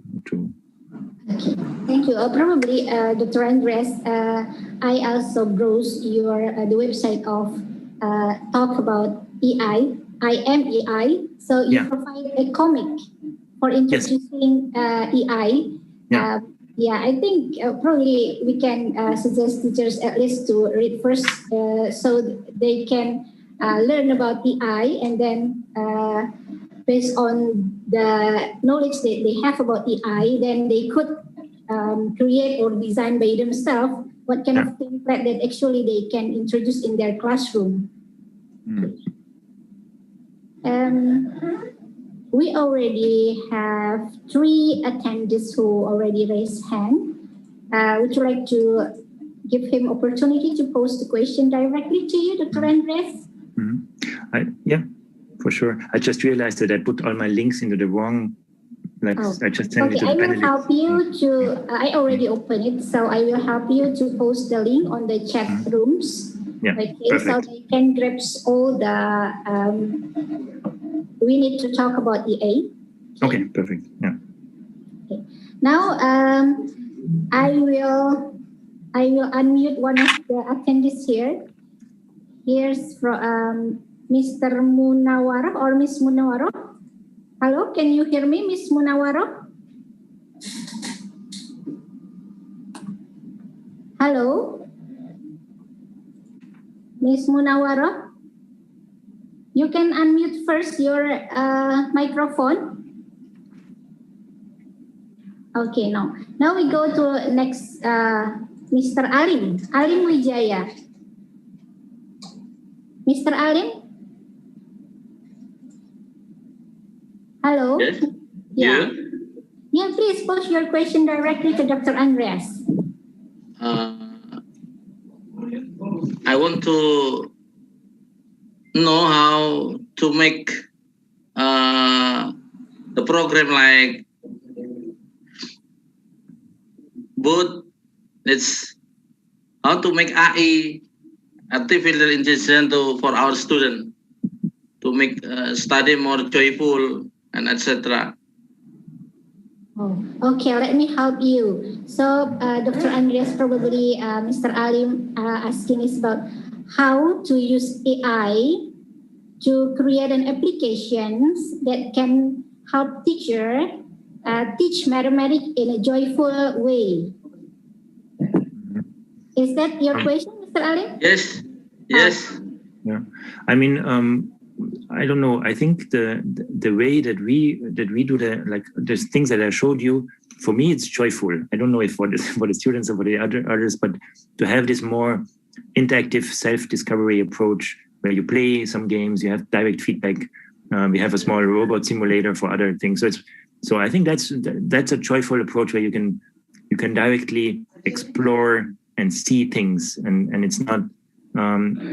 So maybe if you look at the IMEI website and the materials, I would also like to post this early access link again for everybody. So if you want to get access to our curriculum, I put this again. Go to this link, and then you can go into it. I think that's probably a joyful approach. I don't know what more joyful. I don't know. We can do an AI dance or something. We can see, or an AI song to add something even more joyful. I think you saw very interesting thing. Okay, thank you, Mr. Ali. You're welcome. Okay. Very good. Okay, thank you, Dr. Indriani. Very interesting. Actually, Dr. I like Andreas, it very much. Yeah. Playful, joyful. The kids will enjoy the learning process. Okay. Dr. Andreas, Thank you so much. Dr. Indriani is one of our moderators for the first keynote speakers today. Okay. Yeah. And actually, we still have another questions in the question and answer sessions, but seems that I asked the MC, do we still have any time? Yes, please. Okay, we still have 5 minutes more. Here there is a question from Justin Maulina. Good afternoon, Mr. Andreas. Can we exploring AI in calculus in the topic of differential or integral? As teacher, this topic is difficult for some students, not only some, probably many students. Maybe AI can make it more interesting. Thank you. So please. Yeah. I mean, I don't know if you covered the topic of using AI not as a topic in education, but as a tool to improve education. You know, I don't know, AI tools to improve mathematics education. That's a different topic. So it's not about AI itself. It's about using AI methods. I'm not an expert on that. I don't know how you can use AI to teach calculus.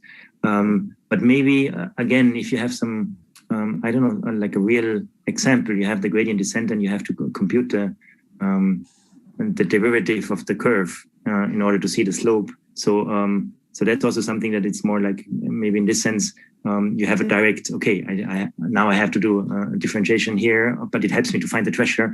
Maybe it's a bit more appealing in a way, but I think the question is not using AI or not. It's like go into mathematics didactics and try to find a good way to teach calculus. And I think it's not related to AI in a way, you know? But of course, you have AI as an application field, and if you have a good application field, that might motivate, for example. But I don't have any other approach rather than just good mathematics teaching, you know? That with or without AI, you know? That's it. Yes. Yeah, it is understandable. You are mathematicians. We know that you are mathematicians. And Dr. Andreas, and could you, before closing this third sessions, could you give conclusion remarks to all the attendees about your presentation today? Mm-hmm. Yeah, I mean, to conclude, I think what I presented is I think a big like a wealth of tools and content that we have and that we're going to open freely, which comes more from the non-formal approach of teaching, you know, of teaching mathematics. Non-formal in the sense that it's not the classical way of doing formal calculations, tests, worksheets, but it's a more self-discovery approach. And I see a lot of potential in combining the formal and the non-formal learning, and maybe now having AI as as a very important technology that for the whole society, for students, for everybody, just to get more of an idea and unveiling, I would say, this kind of the magic of neural networks, for example, in a way that you understand, okay, this is just a family of functions. It's just a few numbers that are changing. It's not, there's no intelligence in a way. You know, I don't have to be afraid of numbers. Maybe I have to, but it's something that I know. You know, it's like there's numbers changing. Come on, why should I be afraid of this? So I think in this sense, it's very important to introduce it in a way outside the school context, inside the school context, but it's a technology that will govern us in a way, and it's becoming more and more strong. So and it's too, like, it's explainable. So why not explain it, and why not trying to understand it? So I hope that we can open the doors now and have a lot of ideas how to include it. Maybe have curricula in different languages and build up something that the mathematics teaching world can use. And I'm very curious to collect, maybe if you have any ideas already or now, I will look at the previous keynote talk. So we collect the material that we have and maybe we share it. I'm a very strong advocate of open resources. So I would do it all openly, and then we can see if we can, I don't know, add AI to mathematics. And it is mathematics. No? It's also computer science. It's also many subjects. So that's interesting. We have some AI in music, for example. You could also add AI into the music course. And I think that's also nice to connect the sciences a bit. And then you see some computer science in music, but it's music. So maybe also to look at it from a broader approach. So of course it's mathematics, as many things in science, but it's also much more, and it's very, very important. Okay, thank you so much, Dr. Andreas, for a very, very interesting presentation today. Now, please give big applause to Dr. Andreas. Okay, thank you so much. And I also would like to thank to Dr. Christoph Benefesi, the one who connect me with Dr. Andreas, of course, so that all of us can learn from him today. Now, Ms. Lely, I think I have to give back the time to you. Okay, thank you, Dr. Farida. Wow, wonderful presentations, ladies and gentlemen. Please give a round big applause to Dr. Andreas Matt and Dr. Farida for the very wonderful sessions. Once again, thank you very much, Dr. Andreas Matt, with your interesting topic, and hope to see you on the other Sikkim talks. And Dr. Farida, once again, thank you for leading the sessions very nice. By the end of their sessions, it marks our webinar is come to the end. Before I close this webinar, I have several announcements for you, dear participants. The certificate will only be given to those who are eligible and will send to your email. Kindly check within a week ahead. And kindly fill the evaluation form of this webinar to make some improvement for Sikkim in the next webinar. And don't forget to follow Sikkim's social media, Instagram and Facebook, for always being updated to Sikkim's interesting yet challenging program. And thank you very much for our participants who joined the giveaways, and we will announce the winner soon on Instagram page. Once again, let me conclude by saying thank you to all prominent keynote speakers, Professor Ramanujam from the Institute of Mathematical Science, India, Ms. Janice Jin from Weidong Cloud Education Group, China, and Dr. Andreas Matt from the non-profit organizations Imaginary Germany. Thank you very much for taking the effort to sharing with us today. And also thank you to all notable moderators, Dr. Ingriani Lim from Webres Indonesia, Dr. Mariam Othman from Simeo Rexam Malaysia, and Dr. Farida Nur Hasana from Sikkim, Indonesia. Thank you very much for facilitating the keynote speakers today. On behalf of the organizing team, I'm Lelidian Puspita, would like to thank you for joining our first webinar. Hope to see you at the next international webinar. Stay happy and stay healthy, everyone. Wassalamualaikum warahmatullahi wabarakatuh.